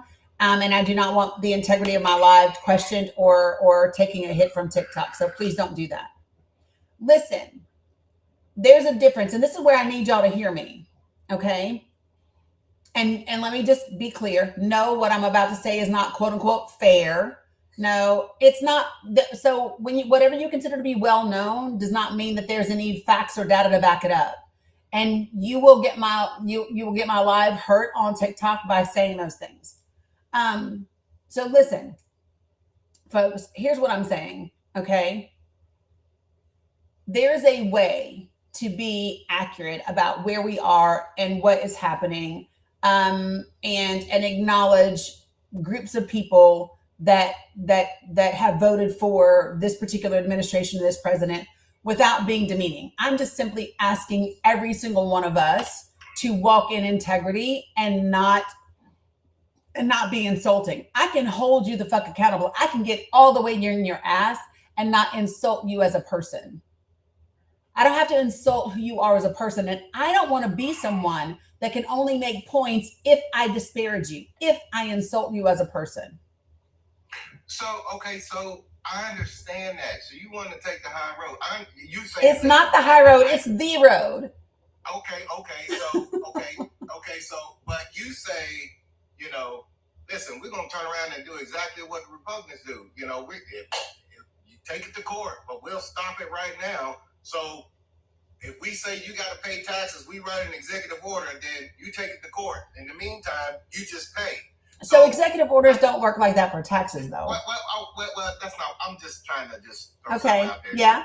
Go ahead. Give an example. Yeah. But okay, so what I'm saying is when you were growing up, my parents used to always say, "A hard head make a soft ass." Mm-hmm. Okay, so in this country, the system was set up for white people. Period. This everything. And men, yes. Yes. Okay.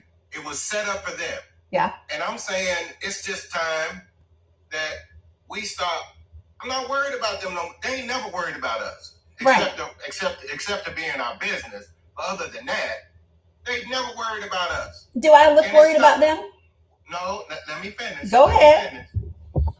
I'm saying I'm tired of. I don't care about the feelings. I don't care if it insults them. You should be smart enough to know that when somebody is telling you something, we're not necessarily insulting you. You just need to wake up, man. You need to realize, you know, what's happening. So if you want to continue to walk around a ball since the beginning, and not pay attention, I'm sorry if it's insulting you, but a lot of this shit is just common sense. And to me, it's very simple, because why did the phrase ever become a thing by saying, you're voting against your own interests? How do you not want to understand that? Okay, farmers were engaged. Farmers were out here. They were doing interviews. Now you ain't got nobody to work your farms. Now you can't harvest your crops. Now this guy we're importing beef from other countries, whatever. Okay, they were informed. So I'm not gonna feel sorry for you. I'm not going to talk to you all nicey and say, JP, hold on one second. Dan, you've said the same thing 3 different times now. So here's what I'm going to ask you to do. I'm going to ask you to either join the panel, Dan Gen X, so that we can have the conversation with you, or you'll eventually be muted. Because if you keep saying the same thing, but you don't want to be part of the discussion, you're really not here in good faith. And I'm not going to let you be distracting. And try to get into arguments with people in the comments. I'm not going to do that. So I would love for you to join the conversation if you really want to talk about Democrats and common sense, or Democrats giving insults or whatever. So if you want to do that, this is your invitation. I'm literally sending you a direct invite to the panel, or you'll eventually be muted. And I'm glad you just said that. So that's what I'm saying. You said at some point, in some reasoning, you're saying you fight fire with fire. You have to treat them the same way they treat you, right? Nope, that's not what I'm saying. Listen to what I'm saying. So what I am saying is there are tools that you can utilize and strategies that you can utilize to get the job done that they have used. It doesn't mean that I have to treat them the way that they have treated other people. That's different. Right? Okay. That's different. Okay. And so I choose. So the way that I treat you is not determined by the way that you treat me. It's not. Now, for some people it is. And I used to be there. So listen, 20 years ago, I used to live by the fucking motto, you get from me what you give to me. And I would say it proudly. You get from me what you give to me. You want something different?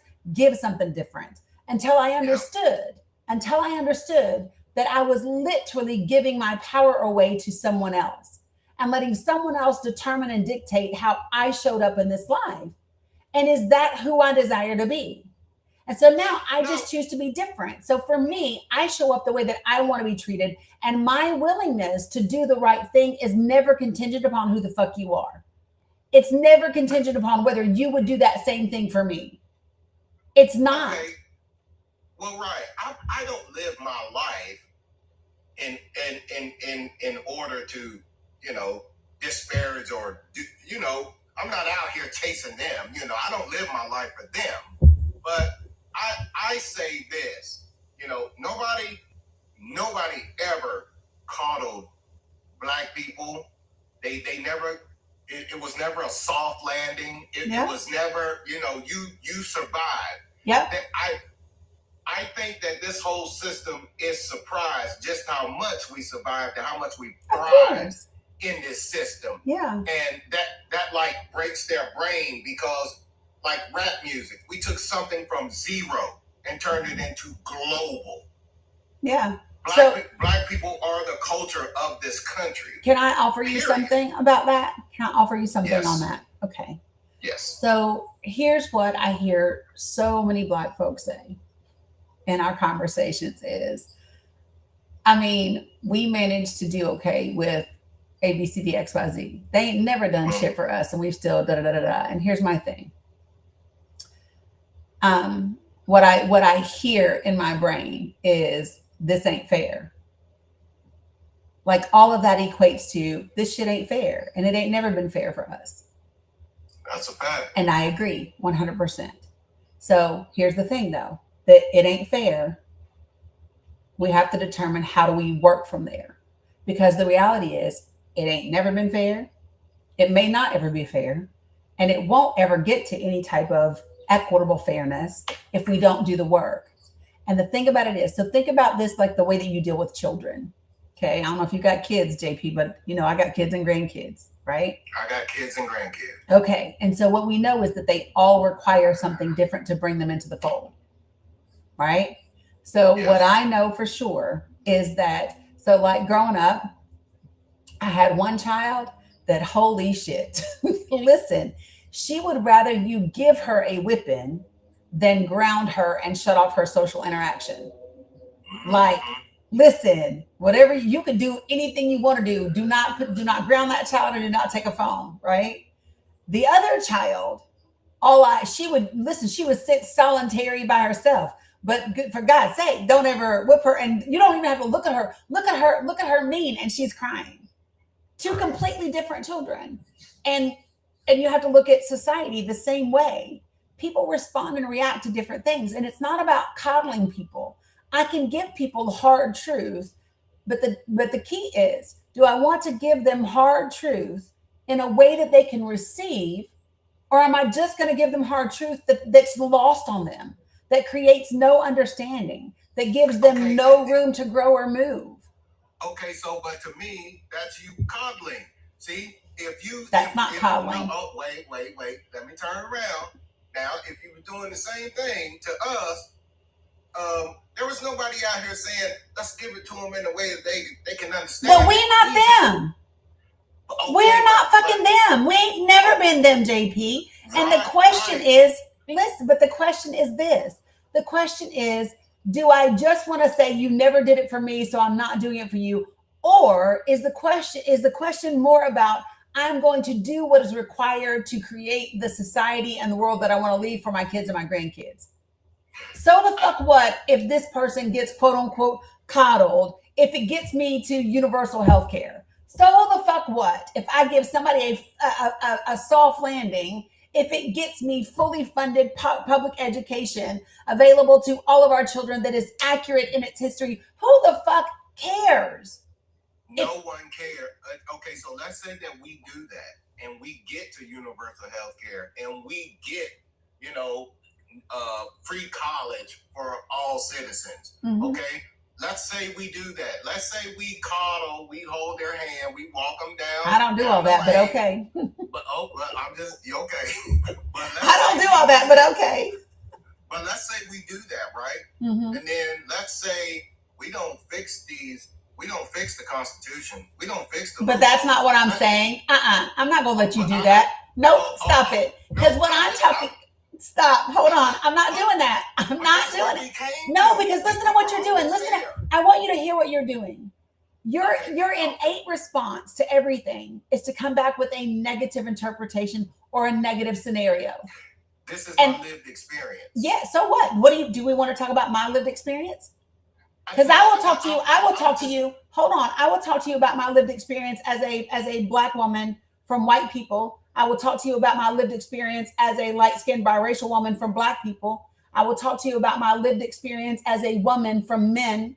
I will talk to you about, do we need to keep going? Because listen, lived experience is one thing, but your lived experience is not everybody else's experience. That is and so the bottom line is do you do your own work? So here's what I hear. I hear a whole lot of opportunity for you to work through the hurt and the pain. And I know what that is. Listen, I know what that is, to be hurt by the fact, and I say it often, I am very aware that I live in a country that does not love me. I am very aware that I live in a country whose government and leadership, historically speaking, does not love me, does not like me. I am aware. I know it. And I have to reconcile that, right, with how I show up and how I do the work. The thing is, though, is that but they don't determine how I show up. And I damn sure know that if I do not show up in a way that is going to promote change, then I do not get to create anything different for my grands and my daughters. Period. Right? And so this is my thing. It is valid to feel the way you feel. 100%. Black men are one of the most, good God, attacked, underserved, misunderstood, targeted, abused groups of people in this country. Probably second only to Black women. Got it, right? and your lived experience matters. The thing that is so key is that you get to decide as an individual person, JP, you get to determine how that lived experience shapes how you show up today. And you can take that lived experience and turn it into something really fucking amazing and incredible. And it's not about the high road or whatever. It's not. It is literally about, and I say this all the time for those of y'all who are new to me and you don't know this. The most powerful thing I ever did in my entire life was get very crystal clear about who I wanted to be in this life. Whether I believe in reincarnation or not, whether I come back, whether I ever come back or I don't. This is the only life that I'm living in this body, with this brain, with this heart, with these emotions. And if I come back, I don't even know I'm fucking back, right? This is it. This is my one shot. And when this vessel gives out, I'm done. So what am I going to do with this amount of time and this period and this space that I have in this moment? How do I want to show up? Do I want to show up as someone who's going to give it as good as I got? Do I want to show up as someone that says, fuck you, you did this to me, you can get it back? Do I want to show up? How do I want to show up? And that's the driver for everything. And here's the thing. I know I can hear you in your grunt right now, JP. I hear it. But listen to me. When you get really clear on that, when you get really clear on who you desire to be, that knowledge is what drives how you are in every situation. Well, I know I know who I am and I know how I want to be. My thing is this. I'll just end it with this. My thing is this. I'm tired that it feels like we're the only sane people in the room, and the shit that they're doing, nobody wants to take accountability for it. And so when the shit breaks, we have to fix it. When the shit breaks, we have to fix it. And so I'm just getting tired of fixing the shit or trying to fix the shit that they keep breaking. And they keep breaking it, seeming like they don't understand the consequences of what they're breaking. And like I said before, we're the only sane people in the room, but also seems like the most hated in the world, that we got to try and fix everything that they destroyed. And I understand walking in a space of where, hey, I know what you did. I ain't gonna dog you out for it, but you need to wake up, okay, cool. But it just seems like, I understand what you're saying. If we don't do something to try and fix this or correct it and be positive in what we're doing, I understand. This is the mission. But I'm telling you, it's been hundreds of years of this country, and it's just getting tired of picking up their shit, man. Just you keep messing it up, we keep trying to fix it, and it's just getting really tiresome to where listen, this is what the point I was at. I've since moved on, but I was at the point of, okay, y'all want to do this? I'll sit back. We just watch burn. Y'all burn it all. Burn the whole fucking place to the ground. Just fuck it. Just let it go. Because I remember on the first term of this dude, I was like, if this dude was going off a cliff, would y'all go off a cliff? And 2020 came, and it was like, no, they wouldn't go off a cliff. I was like, okay, no, 2024. They said, hell yeah, we'll go off the cliff. No, they didn't. And I said, but listen. To me, they did that. I know it is. That's just me. I know, but listen, and it's okay. Listen, your feelings are 100% valid, right? Your feelings are 100% valid. And I'm not saying that I don't ever have those feelings. What I'm saying is when I find myself feeling whatever, number one, I know they're fucking feelings. And I pay attention to the language.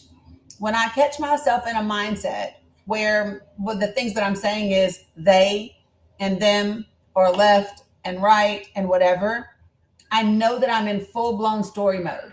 I know that I am. And it doesn't matter if the majority of the story is true. It doesn't matter. It just matters that I'm in story mode. And that means I'm in my feelings. And so I've got to do whatever it needs. And it's okay to be in your feelings. So sometimes you got to have a chat with a friend. Sometimes you got to vent and get it out. Sometimes you got to go gardening. Sometimes you got to do some art. You got to listen to music. You got to go dancing. You got to, whatever it is that you got to do to get yourself back, because there's work to be done. Right. And if you listen to me as often as you said, I know you've heard me talk about one of the things that I keep very center in my brain. And I keep this image of young John Lewis on the Edmund Pettus Bridge. I do. And I keep in mind that what was down the road, what was he looking at? He was looking at white police officers with batons and dogs. I know he was tired. I know he was like, these motherfuckers right here, somewhere in his heart and soul. I know, right? But the reality is that all of that gets put over to because the work is more important. That's it. That's the work is more important than how I feel about something or how tired I am. Good, not just good trouble, good necessary trouble. All trouble ain't good. And all trouble ain't necessary. So you got to find the trouble that is good and necessary and live in that and live in that space. Well, now I say everything that I say, but having said what I've said this morning, doesn't mean that I've checked out. Doesn't mean that I'm not voting. Doesn't mean like the job. You still have to go out here and be a part of trying to make things better. It's just like you said. Are y'all talking with the chats again? Oh, with the bots? Stop it. Stop it, y'all. You all are literally allowing them to fucking distract. Stop. Sorry, JP. No, it's okay. How I feel is just, I guess, really a lot of my frustration with this country and what it has evolved to. My brain can't really understand it, but I do see what's happening, and I just for me, I just want, if we win the House and the Senate, I want them to go in there and, like you said, I want them to do the same shit that they did. Can I show you a couple of things that might help you? Okay, so listen. So this is part of the graphics, some of the new graphics that I've been creating. So there's a series of graphics called 3 Things We Can Get Done. Okay, and let me show y'all this one. Hold on, let me show you. I can show y'all over here too. So this is the first one.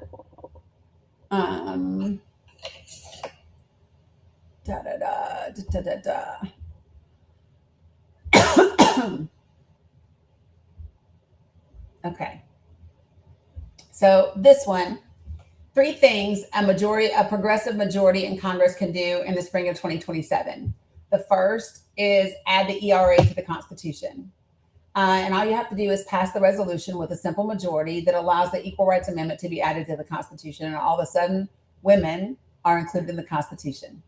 Okay? Yes. Number 2, budget reconciliation. That is the same tool that the Republican Party used through a simple majority to take $1 trillion in cuts and give tax cuts to the wealthy and take stuff from Medicare, from Medicaid and SNAP, right? We can use budget reconciliation and a package like that to reverse engineer what they did and put it all back. And then third, we can very, very quickly restore important forestry funding. So in the One Big Beautiful Bill, a lot of people don't know that we actually removed a bunch of funding for forestry. And so we could immediately put that back. It's one of the simplest things that we could do really, really quick. Okay. So that's one. And then I'll show you this next one. So this next one, 3 things a progressive congressional majority can do is federal protections for reproductive health care, right? So we can pass legislation to codify the protections that were outlined in Roe v. Wade into law, right? And that take a woman's autonomy and privacy into account, ensuring that healthcare decisions are made between individuals and their physicians, not the government. Number two, raise the federal minimum wage. And this is my proposal. My proposal is an $18 an hour federal minimum wage, because there are some groups pushing for 15, some for 22. We can meet in the middle and find something that is at least a step forward, and do that pretty easily. And then three, expose corporate money in politics. So there's an act called the Disclose Act that has been put into Congress. It's been introduced ever since 2010, that would basically show who's behind the dark money in politics, who's behind, what corporations are behind the super PAC monies and all of that. That bill, it was introduced even this year and hasn't been done. And with a simple majority, Democrats can do all of these things. Progressives can do all of these things in the spring of 2027. Okay, so I am totally down all 6 of those. Okay, those are absolutely great.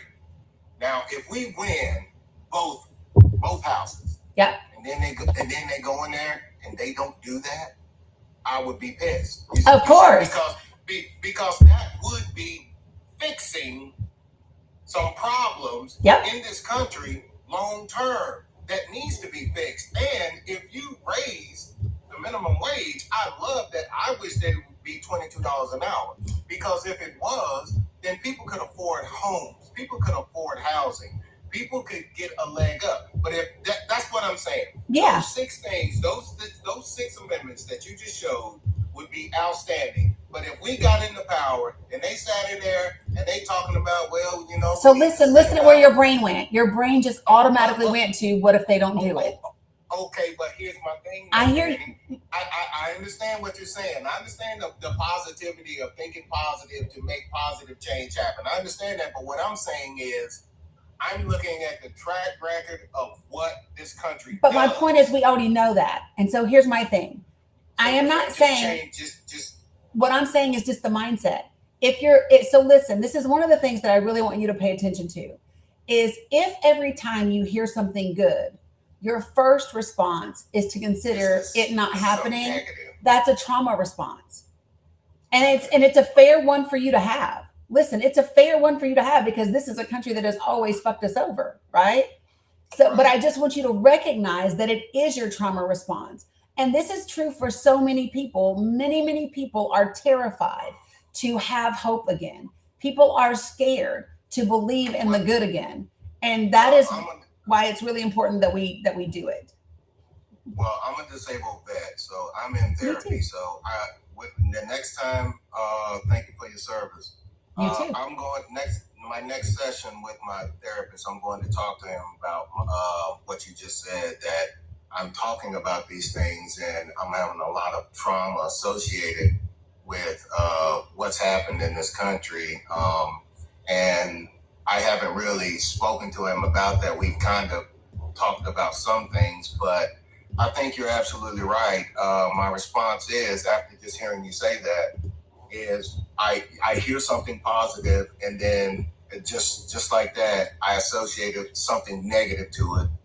And so that I can learn from, I can grow from that. And so I will be bringing that up in the next session with my therapist. I love that. I hear what you're saying. So there's a woman, have you ever heard of it? There's this thing called the fear of overjoy. Is anybody familiar with this? I haven't heard of that. Okay, so I love a woman by the name of Brene Brown. She's fucking incredible. And she talks about the fear of overjoy. And this is what she talks about, is she said, so there's a guy, he's at his office at work, and he's thinking about his kid that's off to school in college, right? And doing amazing and having a great time. And so he's starting to think about all the beautiful things that are happening to their kid. And then all of a sudden, they go down a negative path. Okay, but what if they don't have enough this? And what if she gets hurt doing that? And what if he gets, it's this fear of overjoy. When we get to this place of ecstatic joy, it's like, let me take it away from myself before somebody else takes it away from me. And so what you're doing is, every time we talk about the goodness, you're bringing yourself down from feeling that joy in case it doesn't happen. Well, so my therapist says that, okay, so not associated with this, but just my life and going through things. Me and my therapist have talked about this. And he says that I worry a lot, and he's trying to, I guess, help me with that. He's saying, you're worrying about things that haven't happened, or you're kind of thinking the worst. Like, that's what he says. I think so. If the worst happens, it was expected. But if something good happens, then at least it wasn't the worst. Shocked. Exactly. Right. So exactly right. So that again is that trauma response, and it's keeping you from getting your feelings hurt or getting your hopes up and then having it dashed, right? So it's a way of self-sabotage, but the ultimate goal behind that is preservation. It's self-preservation. That's it. That's all that's about. It's just, oh my God, I can't take any more hurt. I can't take any more disappointment. I can't take any more, anybody letting me down or abandoning me. It literally is preservation and protection. And so I couldn't believe, I just couldn't believe that it happened. Like, I know. I was, and it was really a shock to my system that we found ourselves in this situation in 2024. And I was like, you gotta be kidding me. Like, we're going back 50 plus years to what? For who? Like, there's a whole country here of people. Yeah. Let me help you. We can't go back. There's no such thing, you all, as going back. Let me just explain. You can never ever go back to what was, because what was has already changed. You can't change all of the knowledge that we have. You can't change the experiences of our children. Guys, you can't change like who we are already. We can never, right? You can't unlearn history. You can't unlearn what you've already learned. You know it. You can transmute it. You can change it. You can manipulate it and move it into something and mold it into something new, but you can't, we will never go back. And we go ahead. We can't go back, Dani, but let's just say, take the United States of America as a box, okay? The box 50 years ago, inside when you're living inside it, it was how it was. Okay, it's 2024. You're still in the same box. Okay? No, you can't change what you've learned or how far you've come, the knowledge you have, but you can reset the box. You understand what I'm saying? Because the box isn't so listen, the country isn't some abstract thing. The country isn't a piece of it's not a box. The country is people. And the country is land and our environment. You can't reset this. It's not something that's separate or whatever. I want to show you, because I know you say you watch me all the time, but literally I'm going to do it because somebody, I think Linda said it in the chat over here, and then Tracy said it in the chat on Facebook, so people feel like this might be beneficial to the conversation. All right, so this is the way that I deal. And listen, I believe that the vast majority of us have PTSD in some form, on some level, in some way. Okay. Right. And so as part of those trauma responses, many people will live in the future trying to mitigate the trauma, the future trauma, trying to mitigate the future disappointment, trying to mitigate the future hurt. And you can't really do that. But the best way to stay in the present moment is to use the circles, right? And so if you look at this little middle circle right here, so this is circle number 1, and everything that goes inside of circle number 1 is everything that you control. And here's a quick like clue. All you control is you. Your thoughts, your actions, your mindset, your time, your heart, your hope, your anger. You control you. And that's it. Right. Okay. The second circle. You sound like my therapist. You're welcome. I don't even charge. But the second circle is your circle of influence. And I love this circle This circle is the people that are in my life, and sometimes that's my family, that's my friends, that's the people at the grocery store, that's you guys, that's people that I'm speaking to in different settings. So that's my legislators, that's my Congress, right? It's wherever I have influence. And so all of you have your circles of influence, and they shift and they move around, right? I am cracking up. I am not a therapist. Stop it. AI just said a therapist led discussion on trauma response to hope. Anyway, circles 1 is control. Circle 2 is your circle of influence. Circle 3, folks, is everything else, right? Circle 3 is everything that you don't control and influence. And now here's the key to circle 3. Sometimes the information in circle 3 is relevant for you to use in circle 2, but many times it's not. Okay. And so this is what I recommend, highly recommend, is if you use 75 to 80% of your time and energy focused on the first 2 circles, you will find yourself, we all will find ourselves much further along than if we all just keep focusing on circle 3. Because what's in circle 3 is in somebody else's circle 1 and somebody else's circle 2, right? And so that's the key is, right, AI can't keep giving me labels, but they do. So here's a thing that I recommend you do. I would love for you all, everybody, to do this, is sit down and write the top 10 things that you've been talking about and focusing on for the last 3 days. Write them down, right? Whether it's Iran, whether it's tariffs, whether it's gas prices, whether it's whatever it is, the 2024 election, whatever it is, okay? And then I want you to put a 1, 2, or a 3 beside it to see if it fits in circle 1, circle 2, or circle 3. Do you control it? Do you influence it? Or is it something else?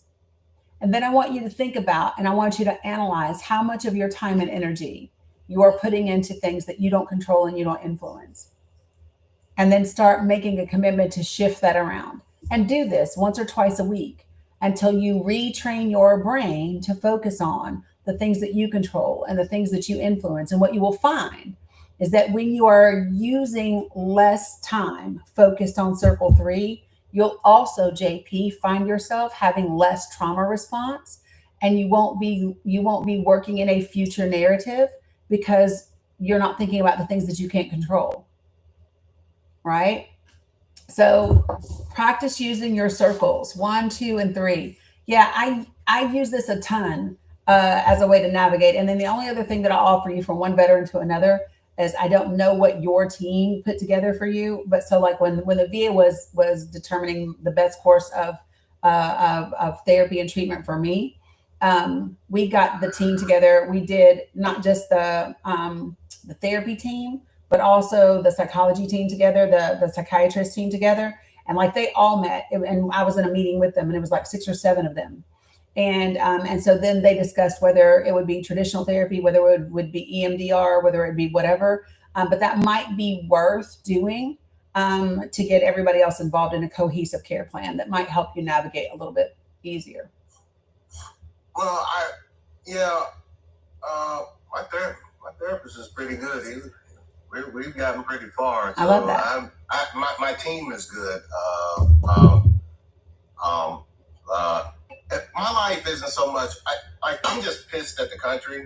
I know. I'm hurt. My feelings are hurt. Like I know. can't believe it. But at the same time, I started to start looking abroad for places of peace, where me and my wife could possibly live and just have a decent life and not worry. Still vote. I mean, I'm still going to vote no matter what, because I do care about this country. I'm born and raised in this country. This is my country. This country could really be great. It really could be one of the greatest countries on this planet. Just the people have to choose to want it to truly reflect that. But like you said, I've watched the show a lot, but you know, this first time talking with you, so I appreciate you. Some very key, interesting points that you made that I hadn't thought about. So I will employ those in future dealings with my mind and thinking about this stuff. Because yes, sometimes it's pretty traumatic, and then really just pisses me off. And then, you know, sometimes, you know, I'm angry, not out here in the world, but just, you know, just in my mind, it just like, man, like, but anyway, but I feel thank you so much. Thanks for inviting me up, and I will continue to listen. And yeah, I will approach these things differently. You were, so number one, you need a pat on the back, because not only did you come to the panel, but you were 100% authentic and vulnerable in the things that you shared. And there are lots of people that benefited from that conversation besides just you. And so let me just offer you something really quickly. You did work today. You did really good work today for the hundreds of other people that are listening who couldn't get on this panel, who feel many of the same things. And so you contributed to our path forward. It doesn't look the same, but I just want you to know that, because you didn't have to. Yeah, you're welcome. So appreciate you. All right. Thank you. Have a good one, JP. Bye. You too. Bye. All right. Appreciate you guys. Brooke, thank you for being patient. And we're going to continue this conversation around all the things. You know, I said a year ago, God, almost 2 years ago now. Fuck y'all. It's been almost 2 years since the election. I said 2 years ago that our path forward was going to be a parallel path that was about the politics of it, the policies and the issues, but it was also going to be about us doing work as people. I will, Jay Owen, and about us doing that work as people and doing that work together, because if we change policies and systems, but we don't change the hearts and minds of people, then it's a no-win, right? And so I also would like to think that's one of the things that we do in this space that is different maybe than what some people do, is being willing to dig in and have those conversations, because that's the heart of it, you all. The hurt that many of us have, the harm that many of us have felt, the disappointment, all of that is very real and very valid. And so we have to figure out ways to express it, to process it, to deal with it and be with it as we do the work to create something different. And it's all necessary. It's all necessary. So, folks, when I bring you to the panel, do me a favor, put yourself on mute until I get to you. And then we'll continue to have the conversation. I have a hard stop today at 12:55 because today is my therapy day, and this girl will be on it. LaMonica, I can't tell, girl, if you are helping the algorithm today or if you have real questions. So make sure you put an asterisk and let me know if it's something you really want me to address. Okay. I said, is she trying to help the algorithm today, or does she really want me to answer that? That one was real. Okay, I got you. I could do that one. And not the other. Okay, so I see Brooke is teacupping, so I'll wait for her to get back. So the question that I was asked over here on TikTok is, what's the difference between progressives and Democrats? I thought they were the same. One of the reasons why I use the word progressive is because I understand that not all progressives are Democrats. So progressives are Democrats, progressives are democratic socialists, progressives belong in many different, under many different umbrellas, right? So the distinction that I make when I talk about, I think of progressive as an ideology, not a political party. Does that make sense? Progressive, and for me, it's a progressive populist. It is a political ideology, it's an ideology, not a political party. And so that's the distinction that I would make. And not every Democrat is progressive.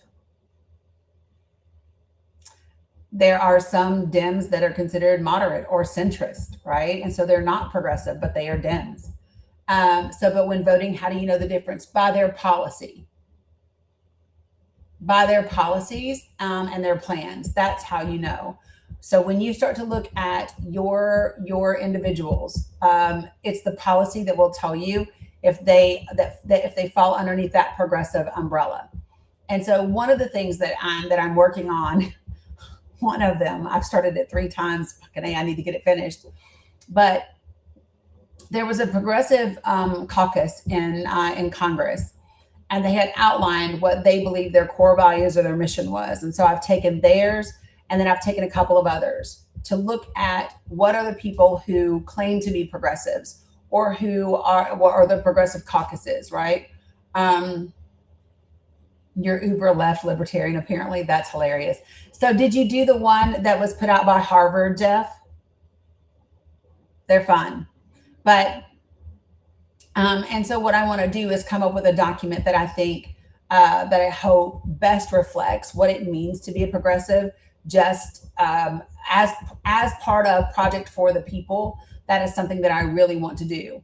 And so that people know what I mean when I use the word progressive, and I prefer that word over Democrat, and I prefer that word over DSA, and I prefer that word over socialist, and I prefer that word over all the other words, because progressive for me is about the direction that I want to go and what I want policy to achieve, right? Not just what's on some spectrum of left versus right. So like, to me, all of those other things are how left and how right and how center you are. And I don't want to look at that. So most people want to argue about where you're showing up on this linear plane. And I don't want to do that. I want to look at do the policies and the plans actually move us forward. So Cam, when you say are all progressives on the left, I would say that they lean to it. So here's what I think, that there are people that are progressive who identify as the right because they don't really know what it is to be a progressive. I think that there are many, many people who identify as Republican that are actually progressive. So let me see if this helps. Okay. So when you get into conversations about left and right, you tend to be in conversations about culture wars. When you're in a conversation about progressive policy, now you're talking about politics and ideology and issues. Hey, facts people, welcome. Thank y'all for coming in. Okay. So if you are having conversations and those conversations and people are identifying or being classified as left or right, then you are most likely talking about culture wars. And when you are considering whether something is actually progressive or not, then you are talking about actual policy and actual issues and how it impacts people. Appreciate facts people for coming in here very much. I do want to take advantage of the fact that I do have facts people coming in here. And I want to ask you guys some questions and give you a little bit of information that maybe you're not familiar with from me. So if you could let me know, if you are coming over from Facts Still Matter and you've never been in my space before, can you do me a favor and put a 1 in the chat so that I know? And then number 2, I want to give you guys some information. And then number 3, I got to text Steve tomorrow. So if you're coming over from Facts Still Matter and you've never been in here before, put a 1 in the chat. If you're coming over from Facts Still Matter and you've never heard me talk about Project for the People, or you've never heard Steve talk about Project for the People, put a 2 in the chat, please. Welcome, new people. Give me a 2 if you're unfamiliar with Project for the People. Okay, love that. Katie, my granddaughter would love your mermaid. What's up, Pickles Mama Bear? Haven't seen you in a minute. Okay, so let's do it. I want to take a minute. Can you guys give me a second? I know you guys are listening over here and you can continue to listen. I just want to be able to show, you've been here a lot from Facts. Love that, Daniel. Okay, so really, really quickly. It's really important that I believe that we have actionable things for us to do to get the outcomes that we want, not only for the midterms, but for the next round of primaries, for the next session of Congress, for the next general election that's coming in 2028. And so what I had people asking me, and I'm sure Steve did too, that's why he came up with his Do Something tour, is people were saying, what can we do? Hey, Steph. And so my response to what can we do about where we are as a country was to build something. And so I took Project 2025 and I took Project Esther, and I just looked at the template, like on how the Heritage Foundation and those individuals, how do they plan their work and work their plan? Because even though they use it for diabolical purposes, the shit works, does it not? So I don't want to reinvent the wheel. Give me a wheel that already rolls, and then I will make it go somewhere positive. And so what I did was I laid out their plans and I looked out their template and I used it to write this document and to write this playbook on how we can move forward as a country. And then I wanted to give people resources with information so that they could do this and kind of move things forward. So hey, CPOP, hey, fax people. So this part is for you guys, you fax folks that are coming over. I'm sharing Project for the People information with you because you're not always on here when I get a chance to share the information. And Steve and I actually are supposed to be collaborating to see how we might be able to infuse some of the Project for the People work into his Do Something tour. So I've got he sent me a text and I got to text him back. And I keep fucking forgetting because of the ADHD, but it's okay. Okay, you ready? So here we go. So let me show you all what this looks like, okay? So there are, hold on, let me use this. That's better. Okay, so I'm going to use my hand. So Project for the People is about three things. It's about getting serious about elections, about winning those elections, using data to devise strategy, and using information to inform people. The second part is about building community, and it is about building connection and understanding through critical conversations in our circles of community. Love that, witch. And then the third part of Project for the People is about government accountability. It is about using the progressive majority to enforce oversight and accountability in government. To see a more in-depth kind of explanation, you can go to makingamericatruly.great.com. Okay. So here's what I did is I actually went and I looked through the election data of 12 states in this country. And the reason I did is because in 2024, all of those states had margins of 10% or less. See that? And I went through their election data for the last 5 years worth of federal elections. And then I looked at every county within those states to see, the counties that also had margins of 10% or less. And then what I did was I outlined the ways that this would benefit us. So for a presidential election in Michigan, you will see that 16 states had 47,000 people that voted third party. Democrats lost Michigan by 80,000 votes, right? That's 60% of the deficit. There was 1 million people in these 16 counties that were registered to vote that didn't vote.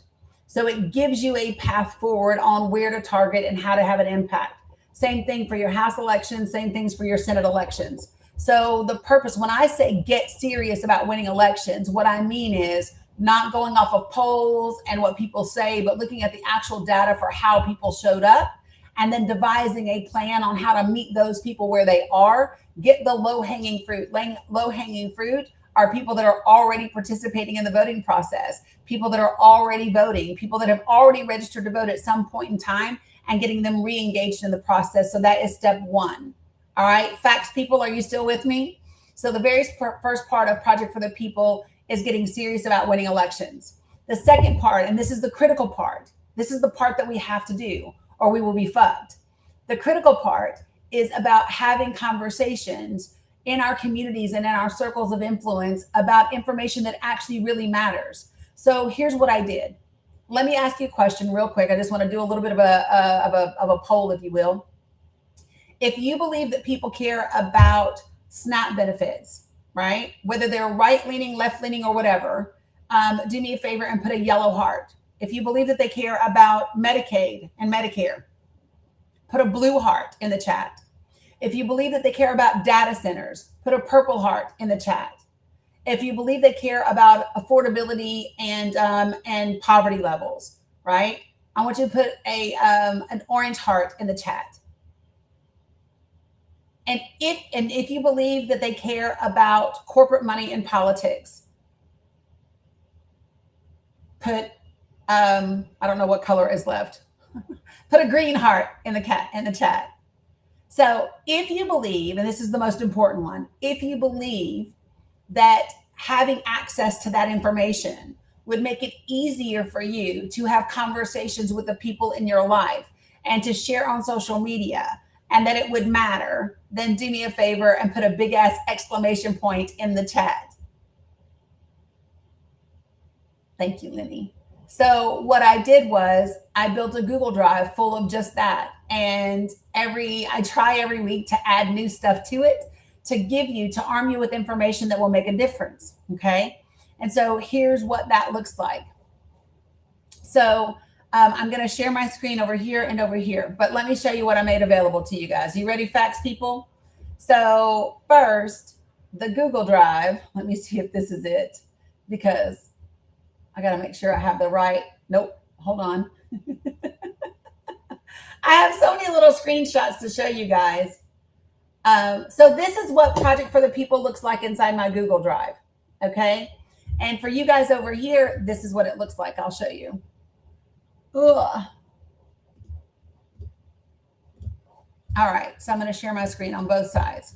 Be patient with me, y'all, because I'm lots of other places. Okay, so this is what it looks like. There's nationwide resources. There's potential legislations. There's a webinar that tells you very in depth what Project for the People is about. Then there are sources and links for everything. Every graphic that is in here, there is a link to the source for where the data came from. And then there's state resources, right? So within those, let me show you what that looks like for you. So when I say I did all 50 states, I did all 50 states. I did every congressional district within your 50 states. So if you're looking, you have a congressional district folder for what's in English and what's in Spanish. Within that folder, you have the information for your Medicaid, for your SNAP, for the people that are going to become uninsured because of the tax premiums that expired. And you're going to have graphics like this. In North Carolina District 6, 39,000 people are projected to lose their North Carolina Medicaid because of the One Big Beautiful Bill.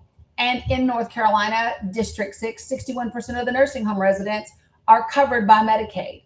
You'll also see things like this. 29,000 children and adults are projected to lose some or all of their SNAP in that same district. These graphics are in every congressional district in English and in Spanish. These are the folks that are going to lose their ability to purchase insurance in that same district because of the expired premiums, right? But in addition to that, there's information on your data centers by district, your working adults that are on Medicaid that are already working, your poverty levels for your state, your voter registration deadlines. All of it is in here. And I've made it available to you so that you can have these conversations and share it across your social medias, right? Now, the other thing is I've just added a new series called 3 Things We Can Get Done. And I'm excited about this part. So I've done all of the states, okay? And so for you guys over here, these are all of your states, right? These are all of your congressional districts. And then this is what 3 things we can get done in 2027 looks like, okay? And so here's what's available to you. And so this one is 3 things we can get done in 2027 with a progressive majority in Congress. One is have the ERA added to the Constitution by simply passing the resolution that removes the 10-year requirement for ratification for a constitutional amendment. Number 2, we can do budget reconciliation. That is the same tool that they use to pass the One Big Beautiful Bill. We can absolutely put together a new one that is reverse engineered. And then, so yes, Jay Bunky, the majority of the cuts begin December of 2026. That's correct. And then also we can go back and protect our forestry. A lot of our forest funding was clawed back under the One Big Beautiful Bill. We can easily reverse that with a simple majority and get that funding back and protect our national forest and our parks, right? So that's 3 things we can get done in 2027 with a progressive majority in Congress. The next one is here. So federal protections for reproductive health care. Okay.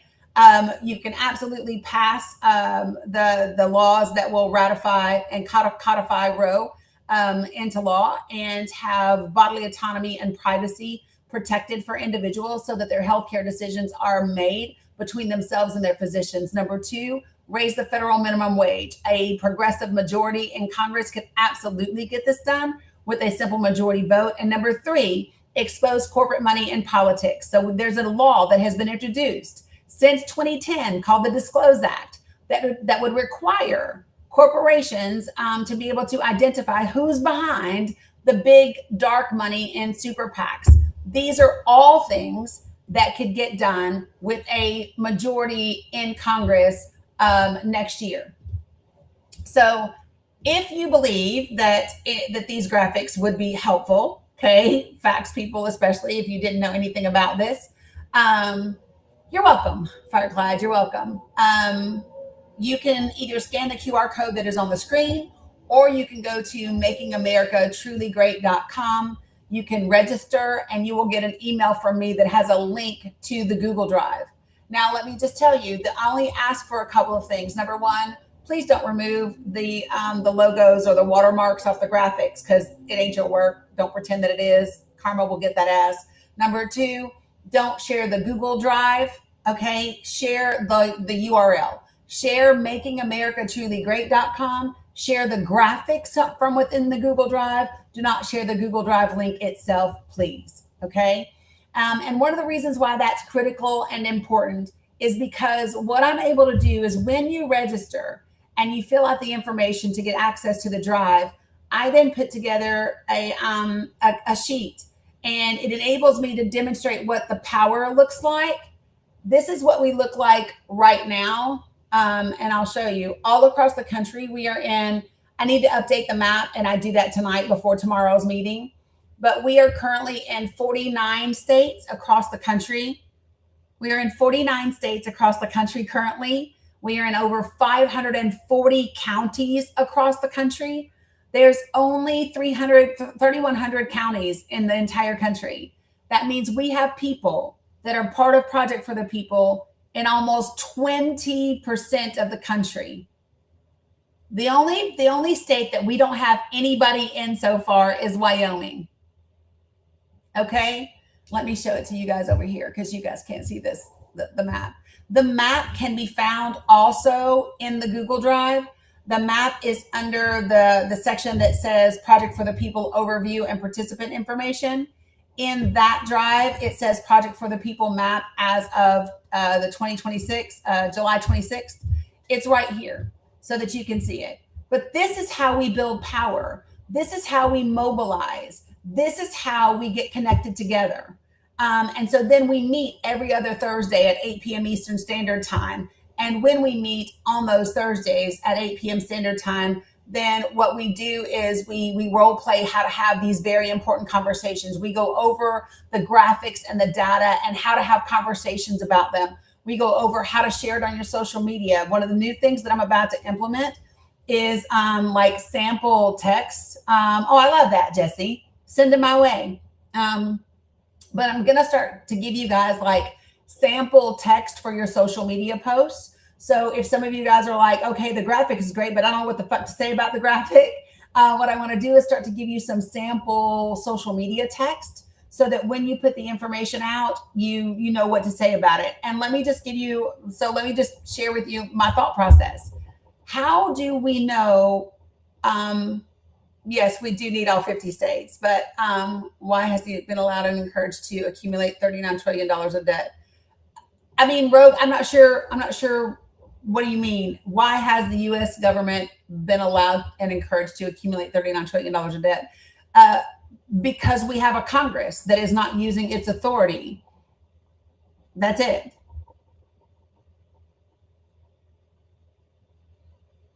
I love that, Fireclad.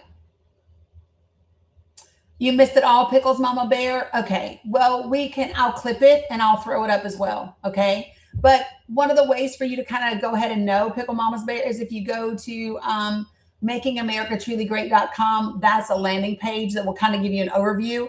and then you'll get an email with a link to the Google Drive, which we're happy to walk you through. If you're not in my Discord, I highly recommend that you join my Discord.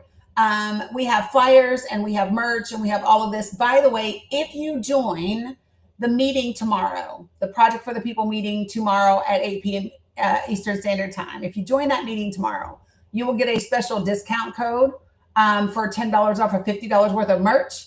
And then you will also, if you come and you bring someone for the first time, then you will get your name put into a raffle for free merch. Okay. Why is this wanting to come up the way that it is? I want it to go away and it's not. But anyway, so does anybody have questions about Project for the People or other questions that I can answer? Kathleen, did you mean to request up?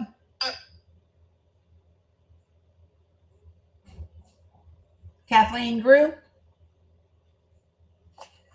Did you mean to request up? I don't think so. I got you. Good morning, Marilyn. Good to see you. All right. So listen, the idea.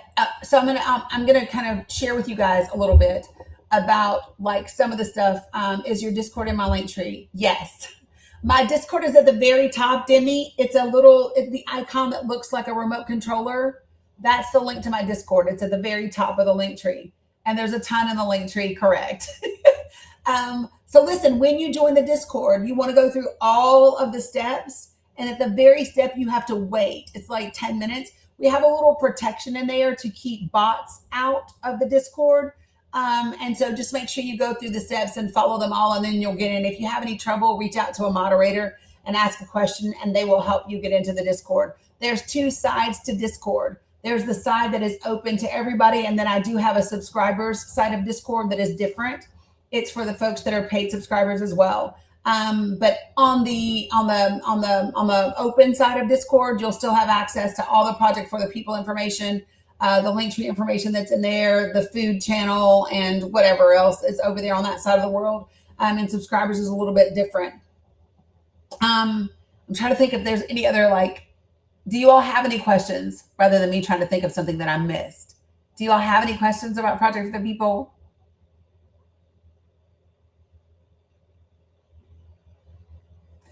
No, the Google Drive link is in an email that you received from me. So you need to check your email once you registered, and just check your email. It's going to be coming from Dani, and there's a link to the Google Drive. And it's in damn near every email that you've gotten from me. What do we talk about during Project for the People meetings? So we talk about the new graphics. We talk about strategies for conversations. We talk about the things that people have done. So if people are going out into their communities, or they're at flea markets or festivals or community centers or grocery stores, people share some of the events and the things that they have put together to give other people ideas. And then we even role play. And that's probably the most beneficial part of what we do, Daniel, is if I've got folks that are I don't know how to talk about this particular thing, I do role plays, on the spot role plays, where they pretend to be the person that they want to talk to, and I pretend to be them. And then we just role play it all the way down. And then we talk about graphics, we talk about strategy, we talk about candidates, midterms and beyond, and the things that we can do and get done. So that's what we talk about in the meetings. And then I do record the meetings. So for example, when I send out the email tomorrow with the link for tomorrow's meeting, you will also get a link to the last recording, and it's there. Oh, no worries, Kathleen. You're all good. Hey, Irvette. Good to see you. So I want to share with you guys some perspective about midterms and about where we are.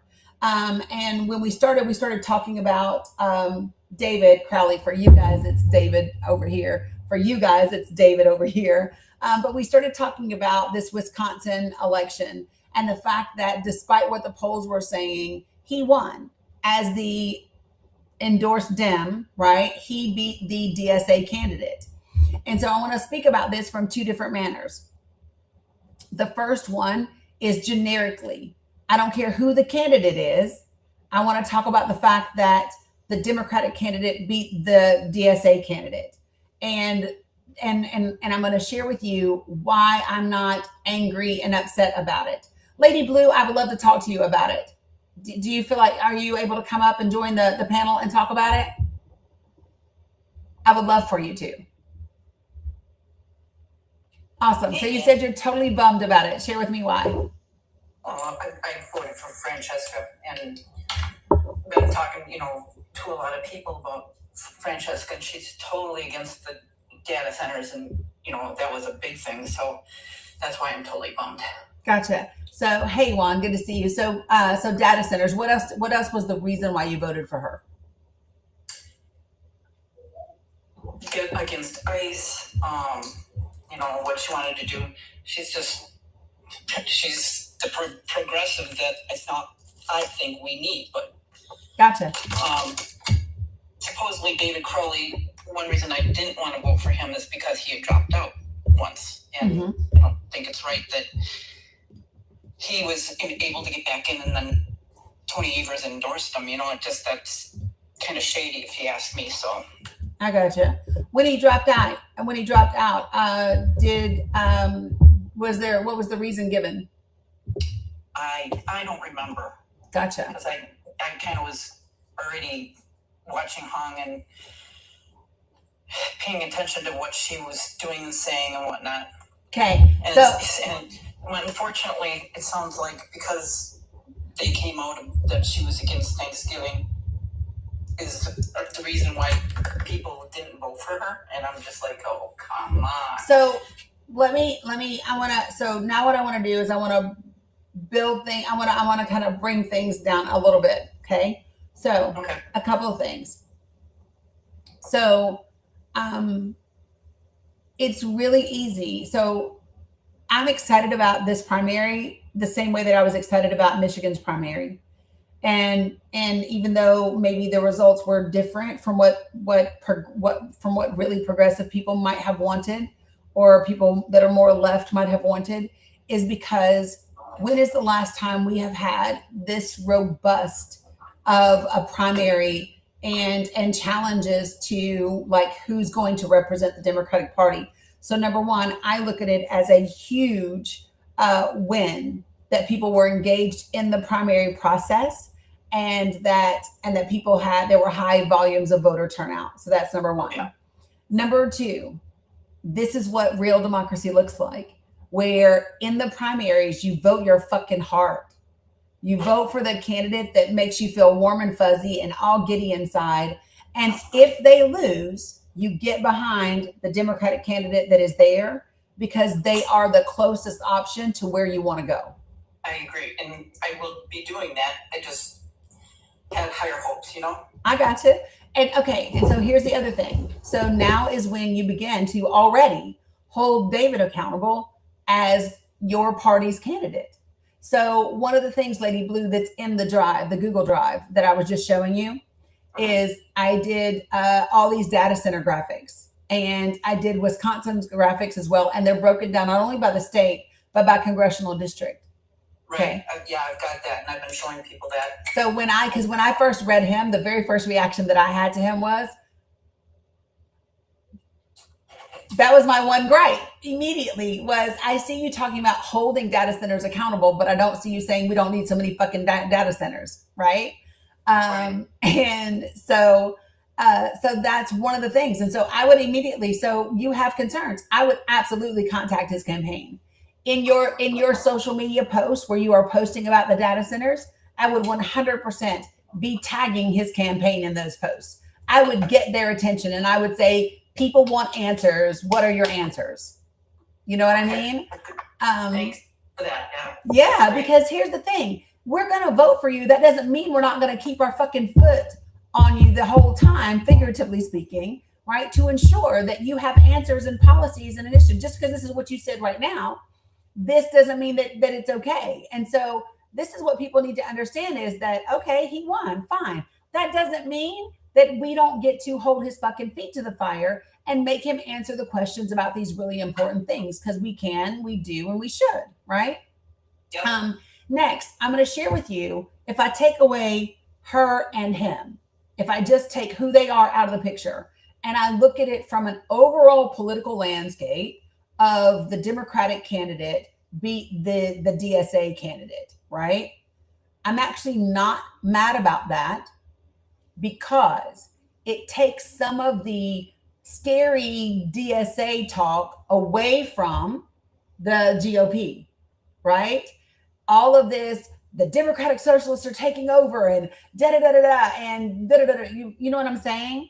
Oh yeah, because the ads for Tom Tiffany is just, it drives me nuts. So this is the thing. So I'm not angry. I'm not mad about the fact that the Dem won, because what it shows is that within the Democratic Party, they have had some healthy primaries with record voter turnout. And in one of them, the progressive candidate won. Abdul El Sayed whipped Haley Stevens. Love that. In Wisconsin, it didn't happen, right? And so, but that's okay. That's a balance.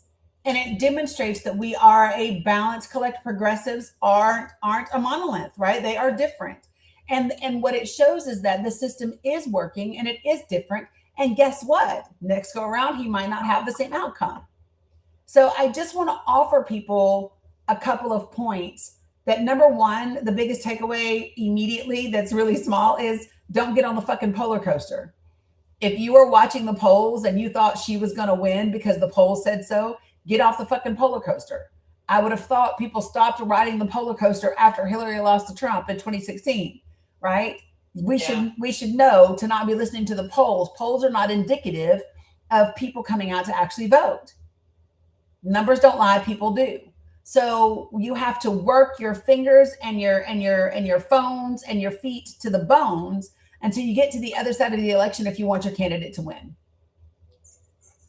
Will do.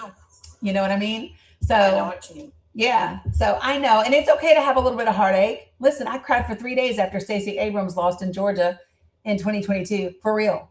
But I didn't, here's the thing. I didn't cry because Stacey lost.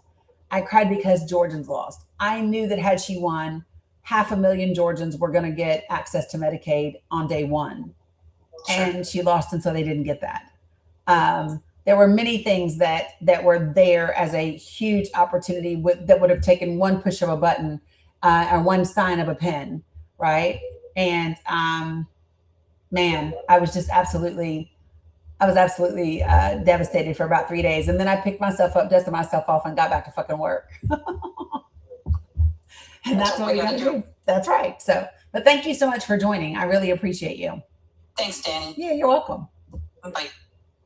So in South Carolina, for those of y'all who do not know, did you know that in South Carolina, if you did not vote in the Democratic primary,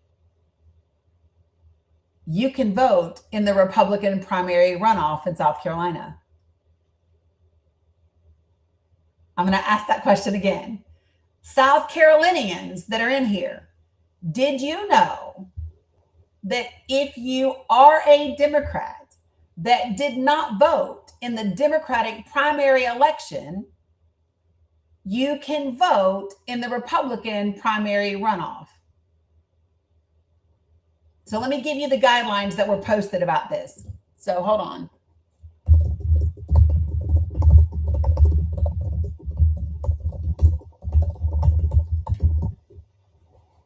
All right. Whew.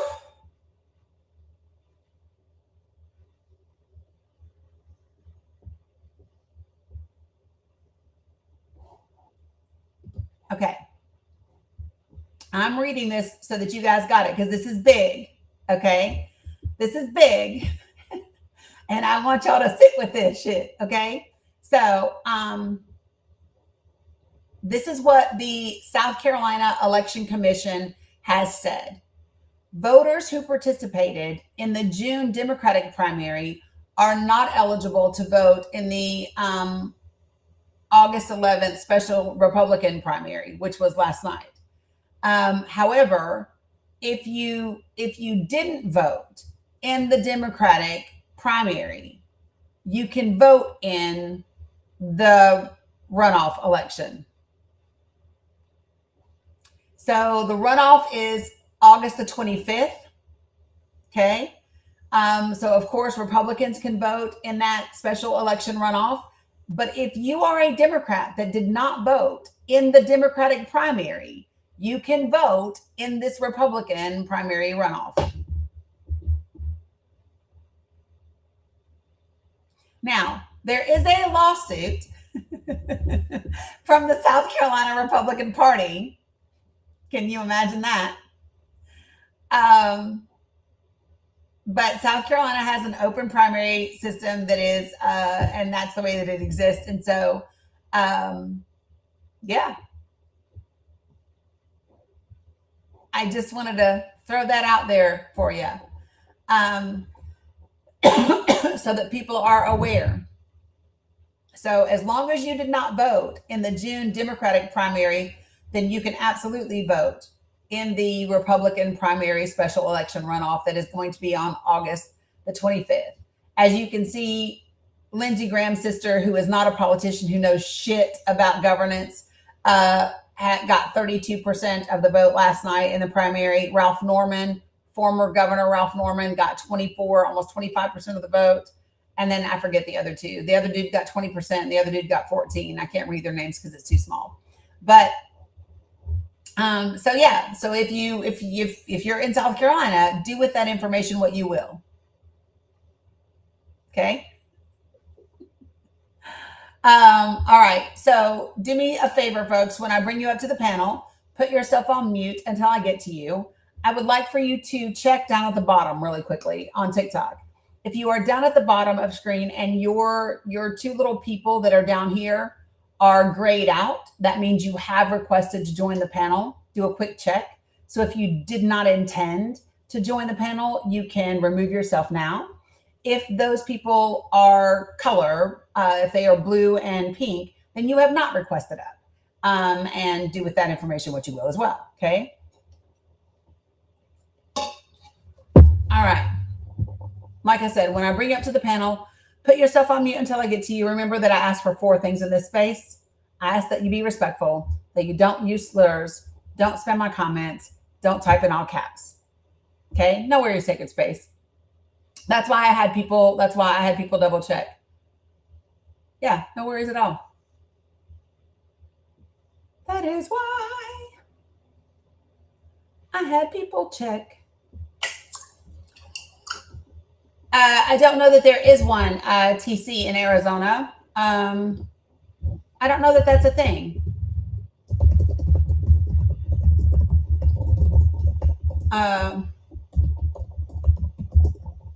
Yeah, that's not a thing. There is no special election that is currently scheduled for Mitch McConnell's U.S. Senate seat. Yeah, that has not happened. 1250, Rebel. 1250. Oh, a little sarcastic. Okay. I just wasn't sure. Jay Owen, it looks like you're trying to connect. No. NY Sims 78. No.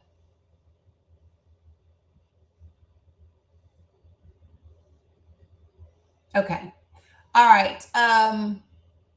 Legendary. Good afternoon, and how are you? How are y'all? I am great. What would you like to share? Just coming up here, seeing your prompt. I just wanted to, I guess, talk about one of the things, either Iran, the southern border, and unaccompanied children that's being migrated through the southern border. 75 to 80% were trafficked. So that's around 100,000 a year. So thank you, Trump, for shutting that down. So hey, so Popcorn, hold on a second, because you know how I do things on my panel, and you know what I don't let you do is come up and just start rattling off a bunch of things where we don't fact check them along the way. You know that we don't do that. Okay, so yeah, but what we're not going to. So when you do generalities and then you put specificities in those generalities and make claims that need to be fact checked, then that's not a generality anymore. So I would like for you to pick whichever thing that you would like to start with first, and that will be the thing that we discuss first. So is it Iran that you want to speak about first? Is it immigration that you want to speak about first? Either Iran or DEI. Yeah, so DEI is not on my board. Okay, then let's talk about Iran. Okay, you want to talk about Iran. And what part of the war with Iran would you like to discuss? The fact that Donald Trump is doing exactly what previous politicians have said we needed to do or would do, and that's address Iran and ensure that they do not receive or achieve nuclear weapons. I think Donald Trump is the only one with the cojones to do something about it, and so. Okay, so let me ask you a question. Anybody that's criticizing him is very, very hypocritical. Okay, so here's the thing. So what you said is that you wanted to talk about Iran. And instead of talking about Iran, you started talking about the president. And so I'm not so I want you to choose. I want you to determine whether you want to talk about Iran actually. Right? Because all the things that you just stated, so hold on, Popcorn. All the things that you just stated were your opinions about what Donald Trump is doing. And one of the things that I don't do, and I know that you go into a lot of other lives where people like to argue their opinions. I don't do that here, right? So here's the thing: you are as an individual person, you are allowed to believe for yourself that Donald Trump has the cojones and he's doing a great job. That's entirely up to you. Right? Because that's your personal opinion, and I'm not going to argue your opinion with you. But if we're going to talk about actual facts, then that's different. And so there are facts around our situation in Iran. There are facts around, the JCPOA, the current memorandum of understanding, the fallout of that memorandum of understanding. There are facts. And so those are the things that I discuss. And if you want to talk about those things, then we can do that. But if you just want to come up here and share your opinion, it's not really the space that we do that. Okay, well then I guess I'll take your lead and I'll follow your lead. Okay. I mean, you're the guest, so I asked you you said you wanted to talk about Iran. What part of Iran would you actually like to talk about? I would like to talk about how Iran, and this is a lead up to presenting facts such as them now following the JCPOA. For a single day, there's the IAEA proof of that. That led us to the situation that we're in now. How do you want to proceed from here? So I would like for you to tell me what specific IAEA report you're referring to, because the one that I read doesn't say what you just claimed. Right, and what's the date of the one that you read? The last one that they issued before the current president pulled us out of the JCPOA. It was dated November the 13th of 2017. That's where the problem is, because the atomic archives were stolen on the 31st of January 2018. After months of review, they were released in April of 2018, and it showed that Iran was not disclosing all of their facilities. I don't know what you're talking about right now. Let's listen. Hold on, Popcorn. Wow. You made a claim. Here's what you said. You said the IAEA said that Iran was not following the JCPOA, that there was evidence of that. And what I have in front of me, pulled up right now, is their last official report before the current president of the United States pulled us out of the JCPOA, in which it says unequivocally, right, that they were following it. Now you might think going by the IAEA's report is the problem. I find it to be the accurate thing to do because that's where the fact is. Okay. So the 31st of May 2025, which is post JCPOA, specifically paragraph 42 through 52 lays out a timeline from 2010 to 2019, right?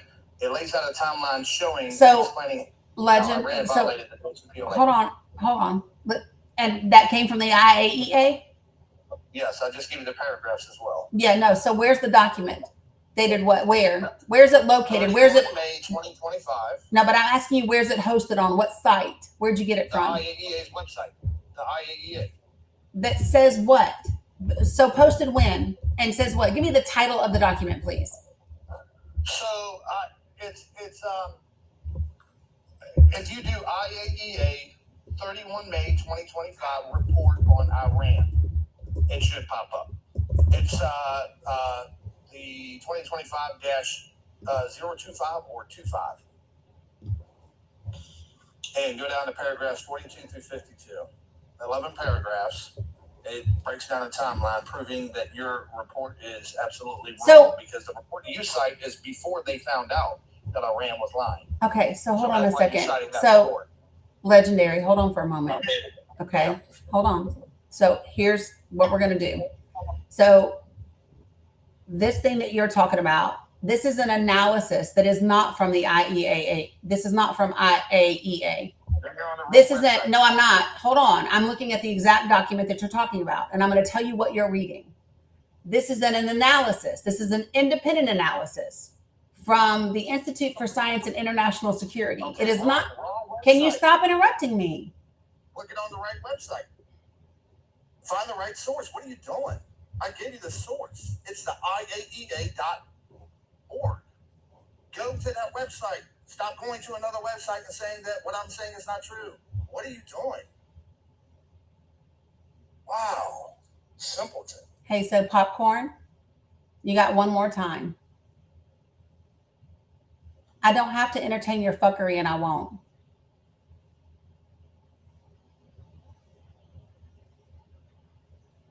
So you can choose right now. I don't give a shit. I will drop you and block you quick as can be, and you know that. I just want you to pull up the Well, and what I want you to do is you will speak to me with respect, or you will get the fuck off my live. Make a choice. Well, I feel that you're... Have I said anything? Have I said anything? Have I called you a name? Yes or no? No, but you're disrespecting... No, I have not. Have I? So listen, come back when you can learn not to talk over me. I told you I'm not doing you. I'm not doing that.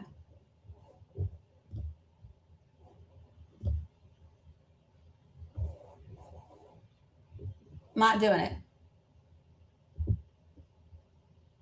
So, Popcorn, here's the difference. You do the you got demolished bullshit. I don't. I do facts. And there's a reason why I was asking you specifically to give me the document that you're referring to so that I could look at it. Because I like facts. I just don't like facts from disrespectful assholes. So I'll look at the facts. I just get rid of the asshole. That's all. It's not hard. Give me 1 second.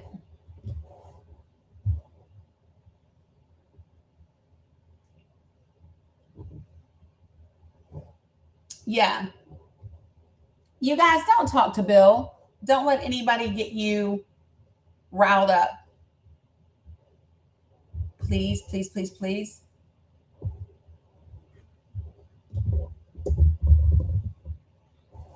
Yeah, I'm not doing it.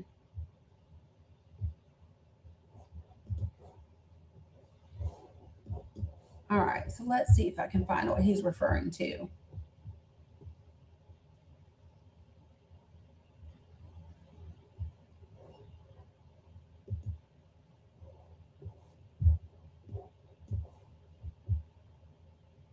All right, so let me see.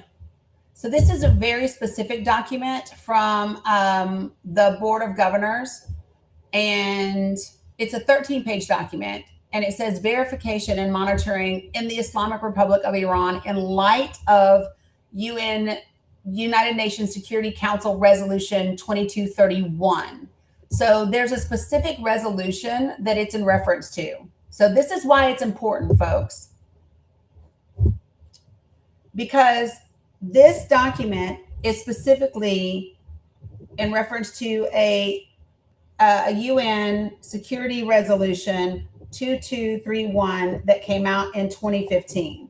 So I need to now see what the UN resolution is, because that's what they're saying. The UN put out a specific UN resolution. And so we need to see what that UN resolution is and what they're saying about their compliance with the UN resolution. It does not say, so this, you see what I'm saying? This is why facts are important and it matters, which is why I asked. So let me take a look and see.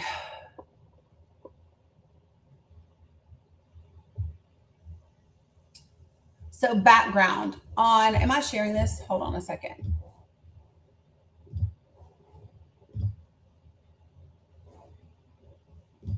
Okay, perfect.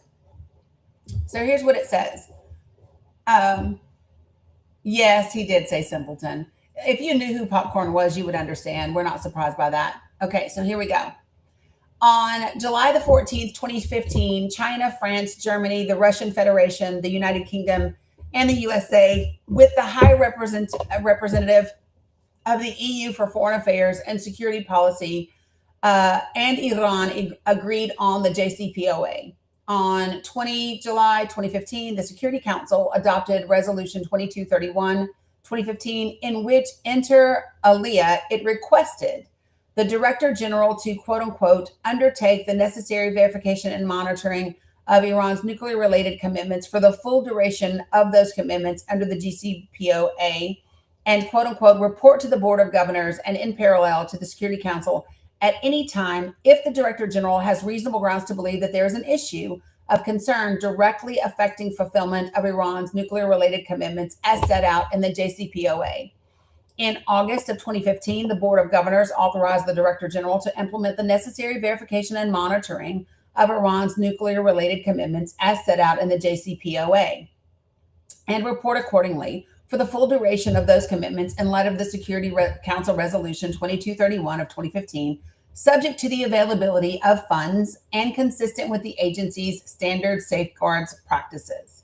On 8 May 2018, the President of the United States of America, Donald Trump, announced the withdrawal of the United States from the quote-unquote Iran nuclear deal. Between January 16th of 2016 and May 8th of 2019, the agency verified and monitored Iran's implementation of its nuclear-related commitments in accordance with the modalities set out in the JCPOA, consistent with the agency's standard safeguard practices.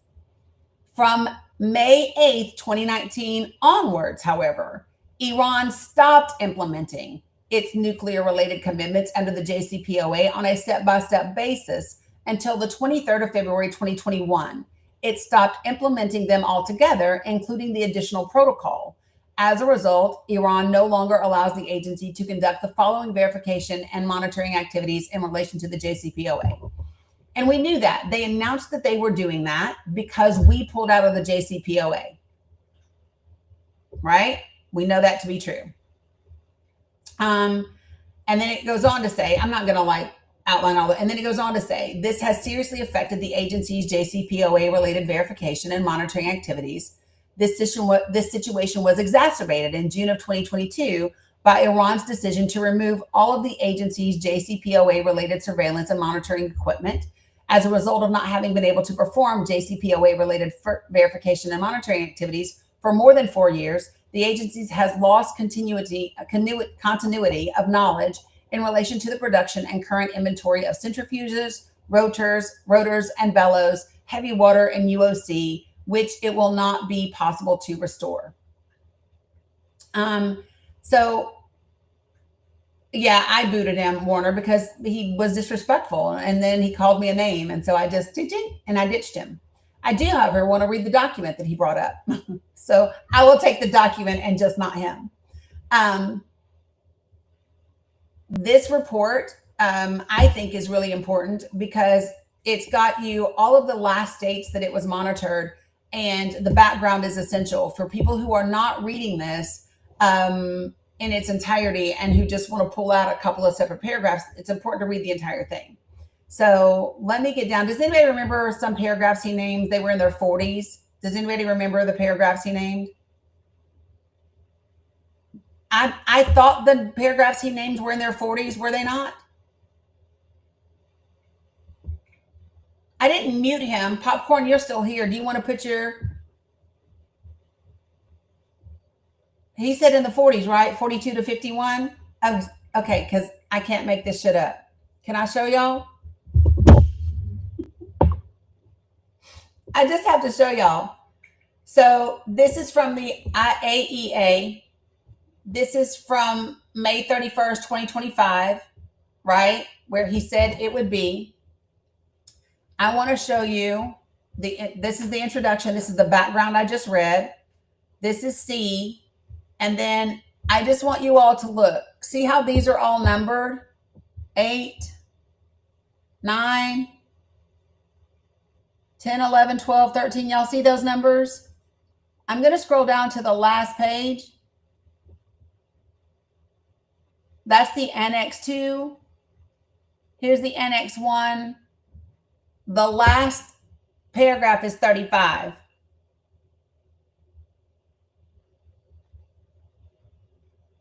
Can somebody tell me where the 40s to 50s are? Because I don't see them.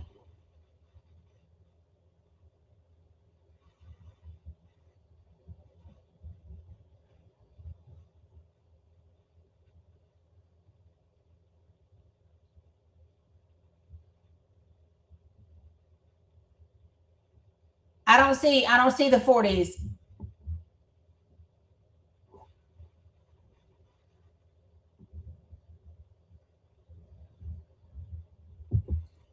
It's really important when you get talking points from whoever you get them from to verify them.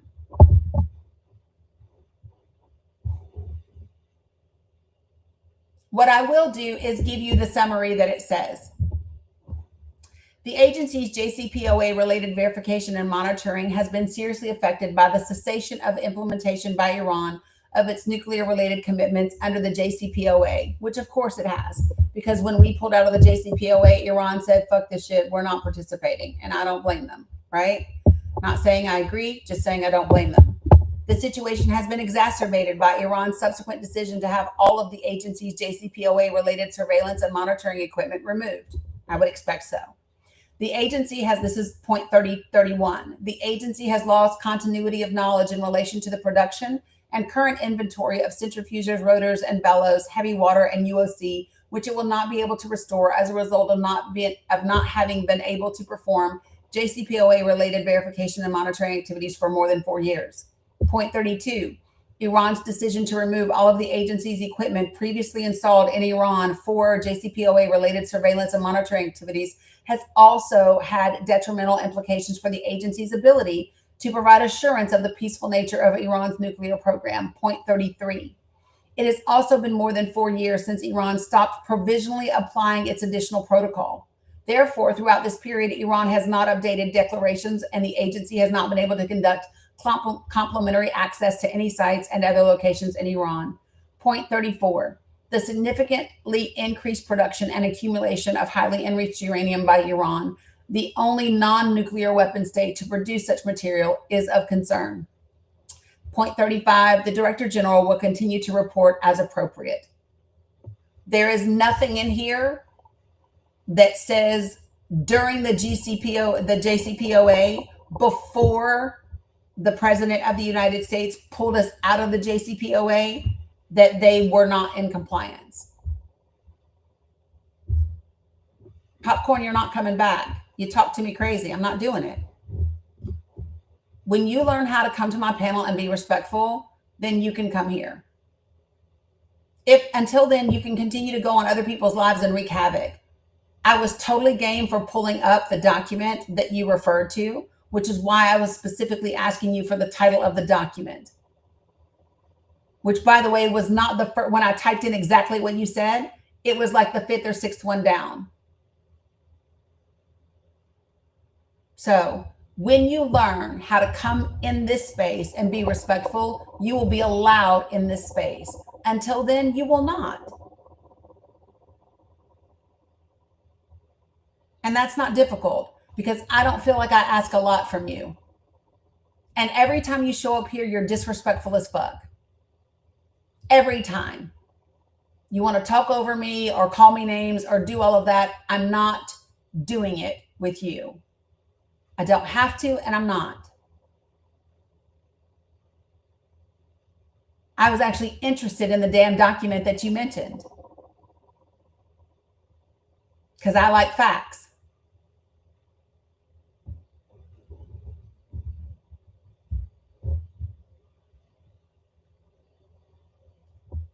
So, all right. For those of you all who do not know, the IAEA absolutely put out a report, the very last one that we got before they proved us. Oh, did you come up on another? No. Well, listen, you can say I have up another wrong report. I literally just showed it to you on the screen. It's from the IAEA. It's on the date that you gave me. If you hadn't been an asshole, then we could have talked about it. Or if you had been accurate and given me the name of the fucking report, then it would have been easier. But you didn't do those things. And so now I don't care.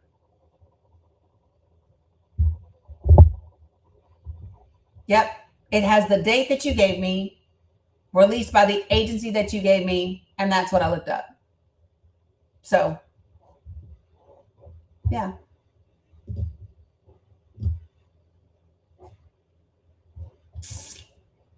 It's not difficult.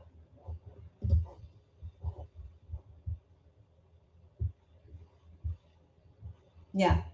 So, anyway, folks, this is the part that's really important for me.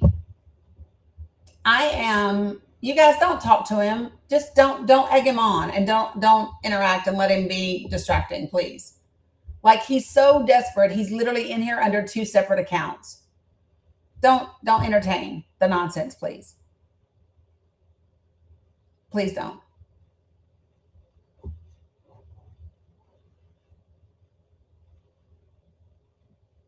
Okie doke. I would appreciate it.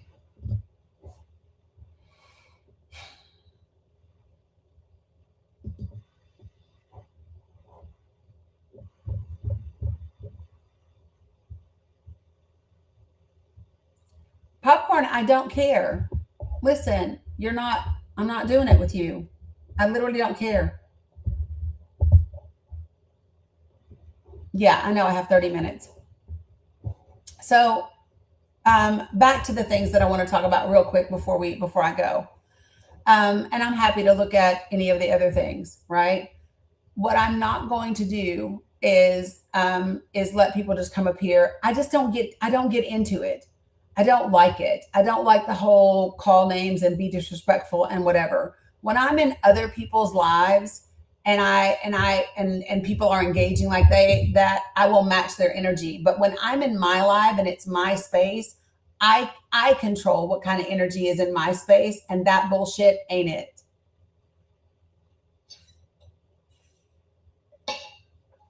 I'm not doing baby carrot energy. I'm not doing it. So, yeah. Anyway,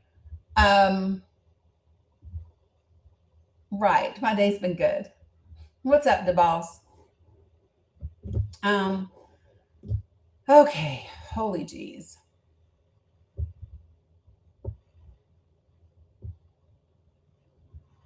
Give me 1 second.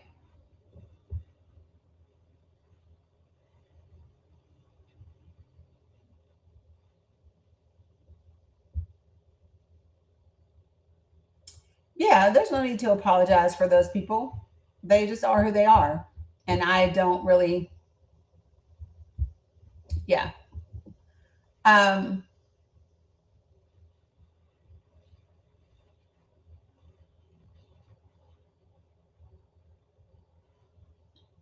Oh, this is old. Give me a second, folks. Yeah, I'm not doing it. And I think I was pretty clear about what I am or what I'm not doing. And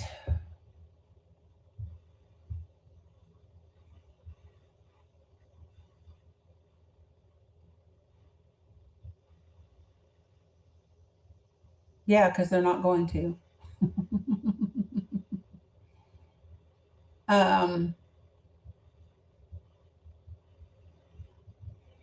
So the other document that he's referring to, released on the same day, is about the Non-Proliferation Treaty Safeguards Agreement, not about the JCPOA. And it's an important distinction.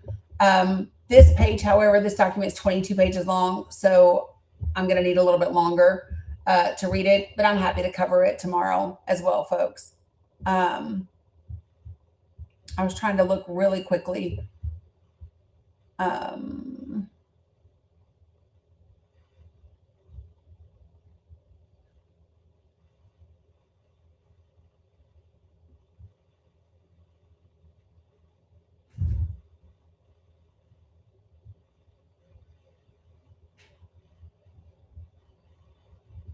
Yeah, this actually isn't about that.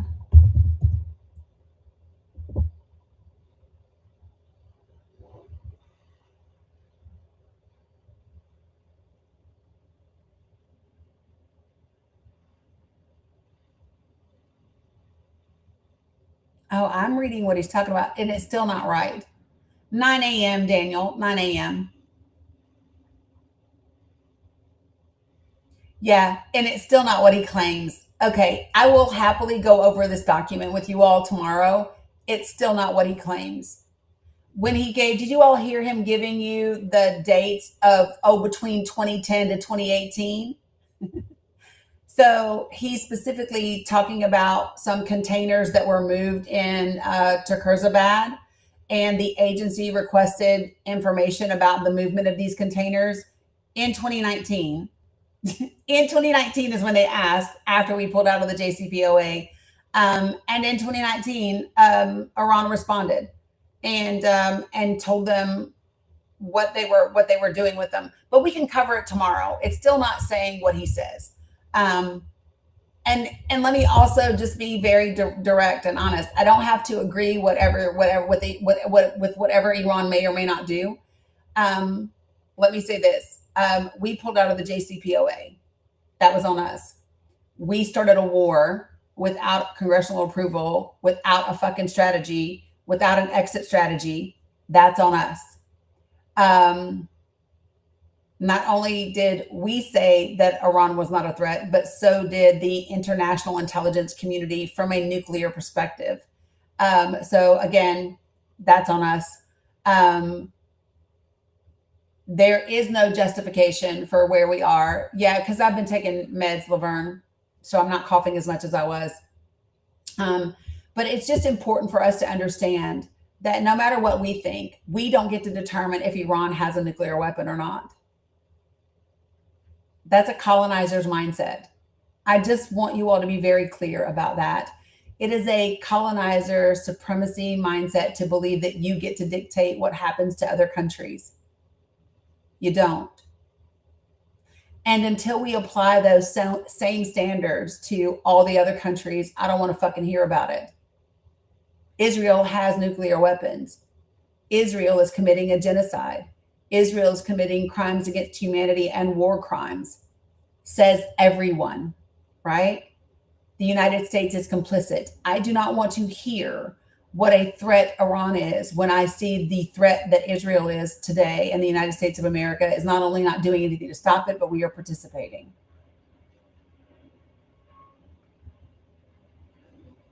So I'm just being very clear about these things. And if you knew anything about Iran, you would know that they don't desire to have a nuclear weapon.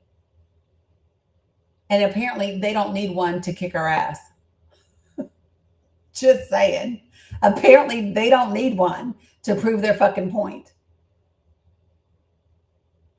Exactly, Jeff. There's no release of info from the IAEA claiming it. Exactly. So it doesn't. So, and here's the difference between me and other people. I can absolutely say, you know, I want us to be concerned about national security and international security, and to be able to admit that that's not the actions that our government has taken. We are not a government that is acting like we care about our national security and our international security. And I say that from all levels. If we were concerned about our security, our national security and our international security, we would be taking steps in Congress to impeach and remove Pete Hegseth from office. He is not a leader that is qualified for that position. He has done things that are reckless and endangered and caused the lives of American soldiers to be lost. So I don't want to hear it. We are a country that is participating in war crimes and crimes against humanity across the world. Whether we always have or not is irrelevant. We should stop doing it today. We should impose sanctions on Israel. We should freeze our funding. We should not give any more weapons. It actually violates our own laws. When the State Department says we're going to send you 35,500 M84s so you can continue to evaporate Palestinians or Lebanese people, right, then that's a problem. That violates our laws. And so the most pro-American thing I can do is hold my country accountable for who we are and how we show up in the world. That is the most pro-American thing I can do.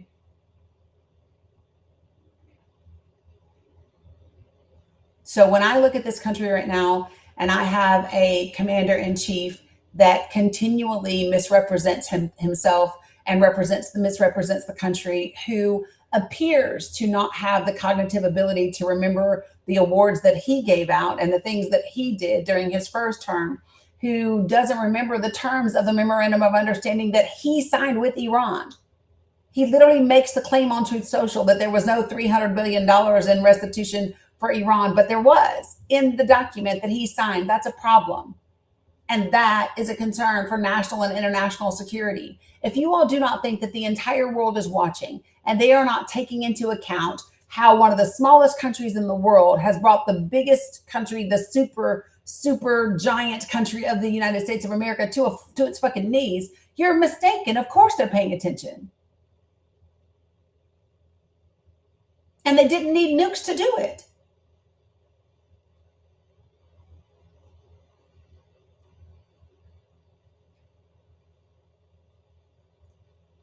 I don't have to like it for it to be true. I damn sure don't celebrate it. I hate the position that we are in right now. All the way across the board, I hate the position that we are in right now. And I hate that we have a Congress and a Senate that is not doing their job. Literally, all of them need to be removed because they are not using the authority that they have in Congress to do their fucking jobs in accordance with the Constitution. I don't care what your party thinks. I don't care what your peers think. I care about what your oath is to the Constitution and what you're supposed to do for the country. And this ain't it. I'm tired of you all whining and crying about what this administration does while you allow the administration to do it.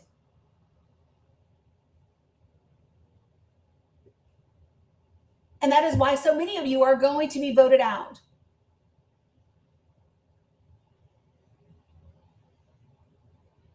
And it might take us a good 4 to 8 years to get it all done, but it'll be done one little bit at a time. Some of us are learning from you. We have learned how you plan your work and work your plan. And we are doing the same things, except we're just doing it with good intentions and with integrity and for things that are good for working class people, regardless of the color of their skin, their sexual orientation, their gender identity, how they use the bathroom, how they pray or don't pray, if they pray at all, what religion they do or don't subscribe to, what college they did or didn't go to, whatever political ideology they go to. Like, listen, I'm just telling you, this is what people want. People want policy that works for working class people, all working class people. And that's what we're building and creating. And it will take time. Don't get me wrong, it will, but it will get done and it will get faster. It will speed up all along the way because other people, it will be like, oh my God, y'all know me in my Hunger Games bullshit. All I heard it clear as a bell. It will catch fire. I heard it clear as a bell. It will catch fire and it will spread. And people will benefit and our children will be fed. And our elderly will get to spend their remaining days in dignity. And people will have access to quality, safe, affordable health care. People will be able to go for preventative medication and preventative medicine before they get diagnosed with horrible disease. Our children will be vaccinated and not be in the hospital from measles, a disease that was eradicated forever ago. People will go to work and they will go to work with a smile on their face because they will be paid a livable wage. People will come home with a roof over their head and they will be happy with their loved ones. And crime will go down and domestic violence will go down and our children will be safe and our communities will thrive.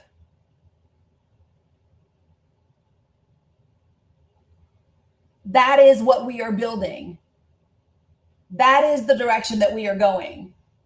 And you will not scare it out of us. You will not fear monger us out of us. You will not threaten us. It doesn't matter what you say. It is coming.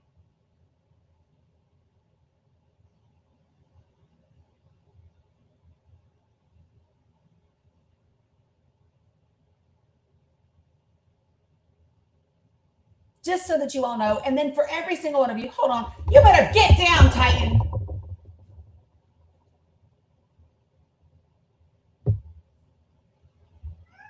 Round my ass, go sit down. I don't do cats on my kitchen table, on my kitchen counters. I don't do. Yeah, you know better.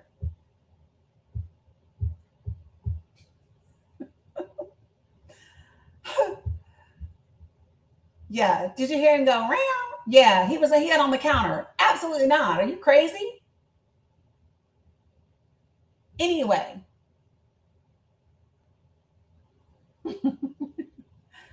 This is the direction. And y'all, I am absolutely cracking up at popcorn still being in my request. Not happening, but I hope you enjoyed. Right. Okay, so a couple of things that I want to give you guys before we get out of here. Okay. Number one, it is okay to feel how you feel about the current state of things. And if your person lost in the primaries, it's okay. Right. And now what we do is we regroup and we prepare to hold our candidates and our elected officials accountable. We continue to grow and to become informed and to share that information. Yeah, you're welcome, Dana. We do all of that. Okay. Takeaways from what's happening in the primaries. Democracy is working. Democracy is in action. And the biggest takeaway is that people are actually engaging in the process. We're having record turnout for primaries, record voting, and yes, record money being spent in primaries, right? But it's moving in the right direction, and that is the direction that we want. Okay. So that would be number one.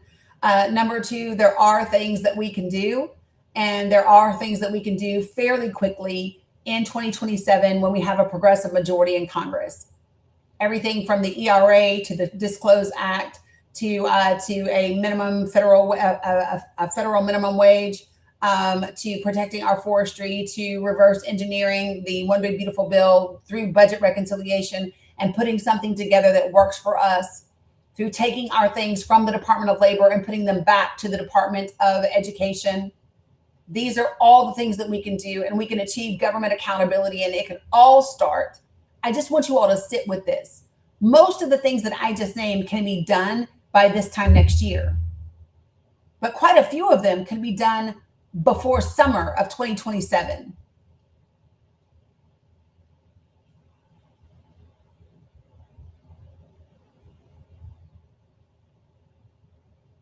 So it's just about choosing to show up every day and do this work. And we're going to do this work. Okay. So I appreciate you all for tuning in very much. So let me just, for those of y'all who do not know, I'm closing down just a few minutes early today because I have therapy today at 1 o'clock.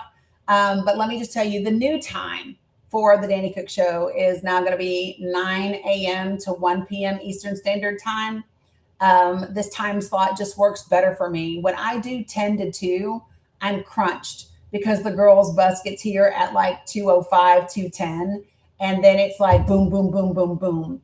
When I'm off at 1, I get a chance to breathe, maybe get something to eat, and then deal with the girls when they get here. So 9 a.m. to 1 p.m. I think is going to be like our home team. And we may go a little bit longer some days. And then 9 a.m. Eastern Standard Time to 1 p.m. Eastern Standard Time. And then we're going to start, I mentioned this before, we are absolutely going to start doing 2-a-days, couple of days a week. Okay. Couple of days a week. Lynn, what time is it? Because, we have Project for the People. So tell me what time I have you scheduled for. Sandy said the same thing, and I didn't get a notification for her either.